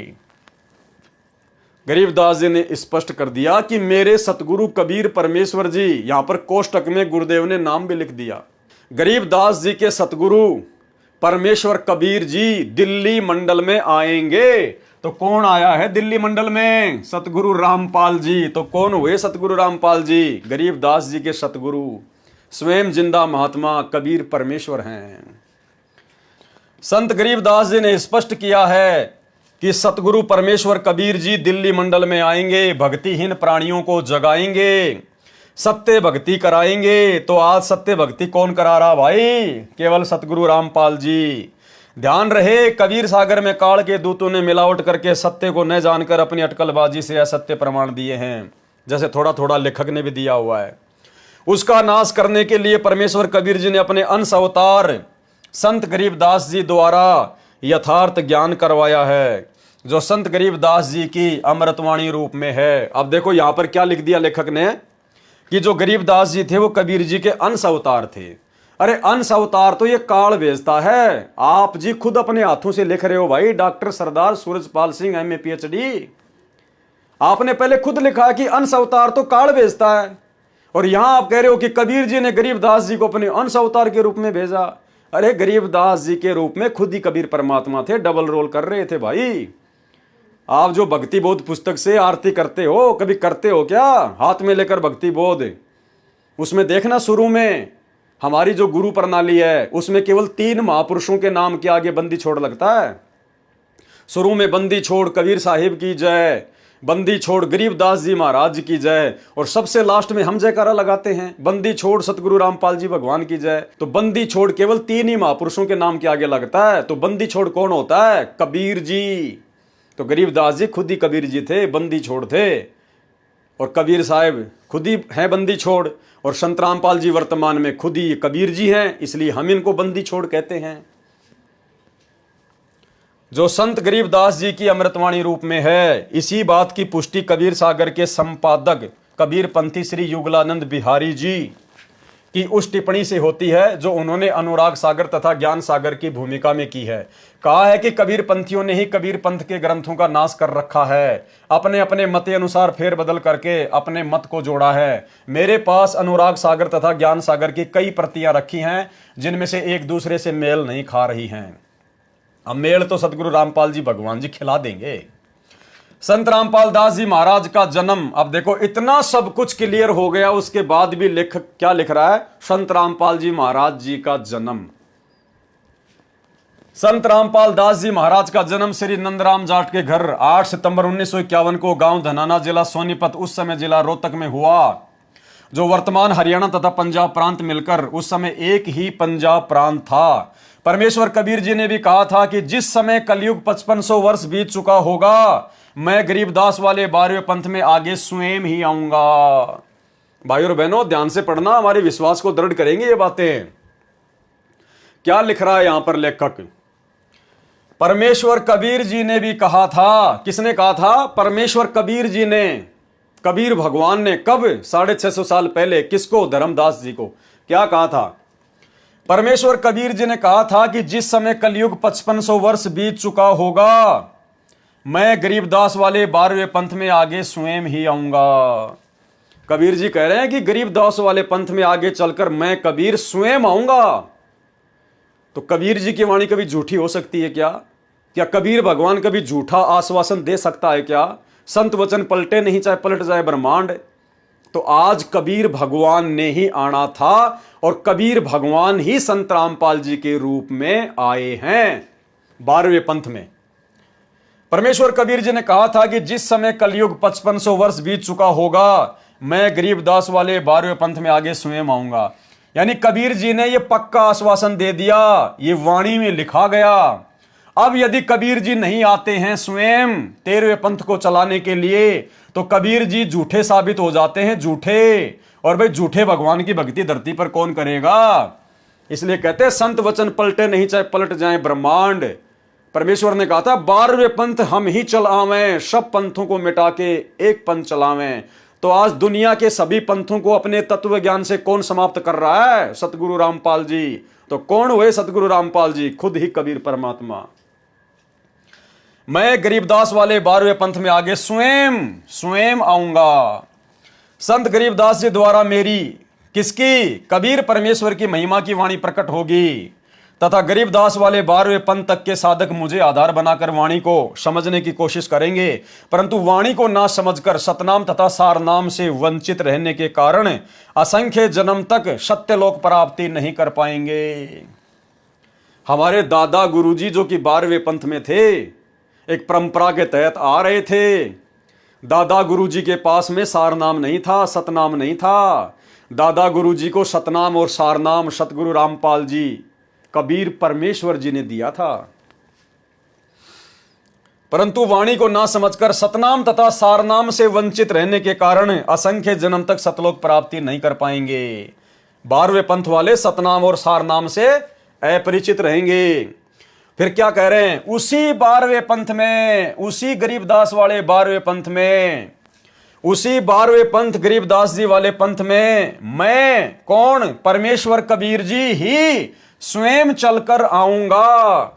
तो कौन आए हैं 12वें पंथ में? 17 फरवरी 1988 को 12वें पंथ में लीलामय रूप से हमारे दादा गुरु जी को निमित्त बनाकर किसने नाम दीक्षा ली? सतगुरु रामपाल जी ने ली। 12वें पंथ में उस कबीर परमात्मा ने अपनी वाणी अनुसार 17 फरवरी 1988 को एंट्री की। आदरणीय रामदेवानंद जी को अपना मुंह बोला गुरु बनाकर। उसी 12वें पंथ गरीबदास जी वाले पंथ में मैं परमेश्वर कबीर जी ही स्वयं चलकर आऊंगा। संत रामपाल जी जोर देकर लिख रहे हैं, बार बार कोष्टक में कबीर परमेश्वर लिख रहे हैं ताकि हमें दृढ़ विश्वास हो सके। क्योंकि गुरुजी खुद नहीं कहेंगे कि मैं कबीर हूं, मैं कबीर हूं, मैं कबीर हूं, वरना फिर इतना ज्ञान देने का फायदा क्या अगर हम इतना भी नहीं समझेंगे तो बार बार कोष्टक में गुरुजी संकेत कर रहे हैं कि मैं का मतलब परमेश्वर कबीर जी ही स्वयं चलकर आऊंगा। तब संत गरीबदास जी द्वारा प्रकट की गई वाणी को मैं कबीर परमेश्वर प्रकट होकर समझाऊंगा, प्रकट होकर समझाऊंगा। लेखक की तरह मां के कोख से जन्म लेके नहीं समझाया जाएगा। कबीर परमात्मा प्रकट ही होते हैं, वो किसी मां के गर्भ से जन्म नहीं लेते। तो खुद कह रहे हैं कबीर परमात्मा कि गरीबदास जी के 12वें पंथ में आकर और गरीबदास जी के द्वारा लिखी गई वाणी को मैं कबीर परमेश्वर प्रकट होकर समझाऊंगा। तो भाई 1994 से गरीबदास जी के सदग्रंथ साहिब के ऊपर ही गुरुजी सत्संग कर रहे थे। सन 1994 से लेकर 2001 तक संत रामपाल जी ने गरीबदास जी की वाणियों पर ही खुलासा किया है पूरा। ये गीता, वेद, कुरान, पुराण, बाइबल तो 2000 के बाद में दिखाने शुरू किए। तो अपने वचन अनुसार, अपनी वाणी अनुसार कि गरीबदास जी की वाणियों को प्रकट होकर समझाऊंगा। तो 8 सितंबर 1951 को प्रकट हो गए और 1994 से वाणियों का खुलासा कर रहे हैं। अगर कोई कहे कि ये तो दाढ़ी मूछ वाले कबीर जी के लिए बात हो रही है, तो भाई आप लोगों के अनुसार वो दाढ़ी मूछ वाला कबीर तो 1997 में मिला था संत रामपाल जी को, और संत रामपाल जी 1994 से वाणियों का खुलासा कर रहे हैं। तो क्या वो वीडियो नहीं देखने चाहिए पुराने? क्योंकि उस समय तो संत रामपाल जी को आप लोगों के अनुसार कबीर जी मिले ही नहीं थे, तो संत रामपाल जी का तो ज्ञान योग खुला ही नहीं था। फिर संत रामपाल जी कैसे गरीबदास जी की वाणी को खुलासा कर सकते हैं भाई? तो मेरे भाई समझो इस बात को, ये कबीर परमात्मा खुद ही है संत रामपाल जी के रूप में, जो सन 1994 से गरीबदास जी की वाणियों का खुलासा कर रहे हैं। वो ग्रंथ, जिस ग्रंथ साहिब में दुनिया की सभी भाषाओं का समावेश है, दुनिया की सभी भाषाएं, अरे कौन खोल सकता है? वही खोल सकता है जिसने लिखी है, वही खोल सकता है जो खुद सृष्टि का मालिक है। इस दुनिया के किसी भी प्राणी को विश्व की सभी भाषाओं का ज्ञान नहीं हो सकता। जबकि 1994 से उसी सदग्रंथ के ऊपर खुलासा कर रहे हैं, उन्हीं वाणियों के ऊपर। रोहतक के सत्संग, काठमंडी के सत्संग, जींद के सत्संग सुनना कभी ध्यान से। परमात्मा ने गरीबदास जी की पूरे विश्व की भाषाओं से लबालब, अरबी, फारसी, चीनी, अंग्रेजी, हिंदी, सभी भाषाओं के शब्दों का समावेश है। और खोल कौन रहा है? संत रामपाल जी भगवान। तो विश्व की सभी भाषाओं को कौन जान सकता है? कबीर परमात्मा। तो कौन हुए सतगुरु रामपाल जी भगवान? खुद कबीर परमात्मा। उसी 12वें पंथ गरीबदास जी वाले पंथ में मैं कबीर परमेश्वर ही स्वयं चलकर आऊंगा। तब संत गरीबदास जी द्वारा प्रकट की गई वाणी को मैं, बार बार कोष्टक में गुरुजी लिख रहे हैं, कबीर परमेश्वर प्रकट होकर समझाऊंगा। इंद्रोमाई की कोख से जन्म लेकर नहीं समझाऊंगा। कृपया प्रमाण के लिए देखें फोटोकॉपी, जन्म साखी पंजाबी, गुरुमुखी पंजाबी भाषा वाली तथा हिंदी वाली दोनों में आप जी सहज में समझ सकते हो कि वास्तविकता क्या है। जन्म साखियों के प्रकाशक हैं भाई जवाहर सिंह कृपाल सिंह, अमृतसर, पंजाब। प्रश्न, अब किसी ने सवाल किया भक्तों से। एक संस्कृत के विद्वान शास्त्री ने कहा कि आपके गुरु संत रामपाल दास जी महाराज संस्कृत नहीं पढ़े हैं। आप कहते हो कि उन्होंने श्रीमद् भगवत गीता का यथार्थ अनुवाद करके भक्तों को बताते हैं, ये कभी नहीं हो सकता। उत्तर क्या दिया? संत रामपाल दास जी महाराज के भगत ने उत्तर दिया, शास्त्री जी, उसी को परमेश्वर का अवतार कहते हैं जो भाषा का ज्ञान न होते हुए यथार्थ अनुवाद कर दे, क्योंकि परमेश्वर सर्वज्ञ है। अब देखो, यहां तो लिख दिया अवतार, सतगुरु रामपाल जी ने अपने आप को छुपा दिया। क्या कह रहे हैं कि उसी को परमेश्वर का अवतार कहते हैं जिसको भाषा का ज्ञान नहीं है, और फिर भी अनुवाद कर दिया। तो यहां तो सतगुरु रामपाल जी ने अपने आप को परमेश्वर का अवतार घोषित कर दिया, क्योंकि वो तो अपने आप को छुपाएंगे। गुरुजी तो अपने आप को छुपाकर ही ज्ञान प्रचार करेंगे। हर युग में इन्होंने ऐसा ही किया है। तो यहां तो परमात्मा ने अपने आप को छुपा दिया, और यह क्या कह रहे? क्योंकि परमेश्वर सर्वज्ञ है। अनुवाद कौन कर रहा है? संत रामपाल जी। तो परमेश्वर कौन हुआ? सतगुरु रामपाल जी। क्योंकि परमेश्वर सर्वज्ञ हैं, अनुवाद कौन कर रहा है? सतगुरु रामपाल जी कर रहे हैं। तो क्या लिख दिया फिर आगे? अपनी स्थिति को स्पष्ट कर दिया, क्योंकि परमेश्वर सर्वज्ञ है, और जो सर्वज्ञ है वही सबका अनुवाद कर सकता है। उसको पढ़ने लिखने की आवश्यकता नहीं है। 650 साल पहले भी इसी कबीर परमात्मा सतगुरु रामपाल जी ने अनपढ़ की भूमिका निभाई थी। लोग कहते थे इसको संस्कृत नहीं आती, ये क्या जाने वेदों को, लेकिन ये तो परमेश्वर है, सर्वज्ञ है। इन्होंने तो एक झोटे राम को आशीर्वाद देके एक वैसे से, एक जोठे से संस्कृत के वेद बुलवा दिए। तो ये परमेश्वर क्या नहीं कर सकते? तो यह स्पष्ट कर दिया, सतगुरु रामपाल जी भगवान स्वयं परमेश्वर हैं, सर्वज्ञ है, क्योंकि परमेश्वर के अलावा कोई भी सर्वज्ञ नहीं हो सकता। सर्वज्ञ का मतलब होता है सब कुछ जानने वाला, जिसको सब कुछ ज्ञान हो। उन्हीं गुणों से युक्त उसका भेजा हुआ अवतार होता है। अरे कबीर जी कोई अवतार नहीं भेजते मेरे भाई, वह अवतार संत रामपाल दास जी महाराज जी हैं। भाई और बहनों, यहां पर जो ज्ञान है ना, ये जो लेखक है, इसने कहीं कहीं तो सतगुरु रामपाल जी भगवान का लेख उठा लिया, और कहीं कहीं इसने अपनी मनमुखी सोच से संत रामपाल जी को मां के गर्भ से जन्म लेकर आया हुआ मानकर अपने मते अनुसार इसने इस प्रकार की बातें लिखी हैं। तो हमने तो अपने मतलब की बातों को पकड़ना है। वह अवतार संत रामपाल दास जी महाराज है, और थोड़ी देर आगे दिखाएंगे आपको, थोड़ी देर बाद में आपको दिखाएंगे। लेखक खुद कह रहा है कि संत रामपाल जी खुद ही कबीर जी है, तो फिर अवतार कहां से आ गया भाई? वह अवतार संत रामपाल दास जी महाराज जी हैं। आप तो केवल वेदों और गीता के अनुवाद से अचंभित हैं। संत रामपाल दास जी महाराज ने तो बाइबल तथा कुरान को यथार्थ रूप में बताया है, जिसे ईसाई धर्म के वर्तमान के फादर व पादरी तथा मुसलमान धर्म के मुल्ला व काजी भी नहीं समझ सके। कृपया पढ़िए इसी पुस्तक के पेज नंबर 80 और 88 पर। कृपया देखें फोटोकॉपी जन्म साखी भाई बाले वाली हिंदी वाली के प्रश्न नंबर 305 की जन्म साखी। ये पूरा उसमें विवरण दिया गया है, जो नानक जी के रूप में कबीर परमात्मा बाला और मर्दाना को लेकर वहाँ गए थे। जो जन्म साखी भाई बाले वाली जो कि हिंदी में रूपांतरित है, उसमें पूरा लेख ये लिखा हुआ है। तो भाई और बहनों, आज के इस वीडियो में सतगुरु रामपाल जी परमेश्वर जी के आशीर्वाद से केवल इतना ही। आगे के वीडियो में और बहुत सारी सच्चाई और बहुत सारे गूढ़ संकेत, गूढ़ रहस्य सतगुरु रामपाल जी परमेश्वर जी ने हम भगत आत्माओं के विश्वास को दृढ़ करने के लिए लिखे हुए हैं। तो आगे की वीडियो में हम सभी भाई बहन सतगुरु रामपाल जी परमेश्वर जी के आशीर्वाद से उन गूढ़ रहस्यों को समझेंगे, पढ़ेंगे, जानेंगे, और अपने गुरुदेव भगवान की वास्तविक स्थिति के बारे में हम अपने अन्य भगत भाई बहनों को भी समझाएंगे, बताएंगे।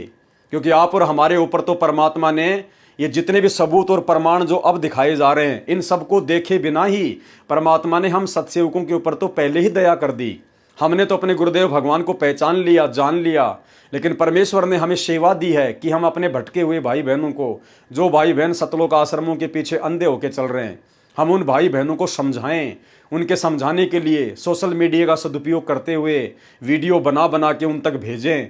जो अच्छी आत्मा होगी, जिसके संस्कार अच्छे होंगे, परमात्मा ने जिन पे दया करनी होगी, वो आत्मा उधर सतलोक आश्रम मैनेजमेंट हरियाणा की कुसंगति से हटकर इधर साध संगति में सुसंगति से जुड़ जाएंगी और अपने गुरुदेव भगवान को कबीर परमेश्वर के रूप में पहचान कर मर्यादित भक्ति करके अपना आत्म कल्याण करवाएंगी।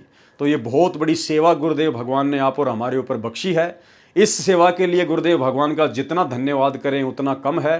तो भाइयों और बहनों, जिस प्रकार गुरुदेव दास को प्रेरणा करते हैं, दास अपनी वीडियो बनाने की सेवा में कोई गफलत नहीं कर रहा है। इसी प्रकार आप भाई बहनों को परमात्मा ने ज़्यादा से ज़्यादा इन वीडियो को शेयर करने की सेवा दी है और अपने नए नए यूट्यूब चैनल खोलकर, फेसबुक के पेज खोलकर और दास के चैनल से वीडियो डाउनलोड करके अपने अपने चैनल पर अपलोड करने की सेवा दी है। तो आप जी ने बिल्कुल भी ढिलाई नहीं बरतनी है। ये सेवा का मौका गुरुदेव भगवान के बाहर आने के बाद में नहीं मिलेगा। आपको तिनका उठाने की सेवा भी नहीं मिलेगी, तिनका उठाने की भी। तो आज मौका है, जितना लूट सकें सेवा लूट लें। तो आज के वीडियो में केवल इतना ही। कल परमात्मा के आशीर्वाद से फिर से हाजिर होंगे रात्रि 9 बजे Facebook page Pawan Das is live के ऊपर। तब तक गुरुदेव भगवान हमें आज्ञा दें, आशीर्वाद दें, इजाज़त दें। बंदी छोड़ सतगुरु रामपाल जी भगवान की जय हो।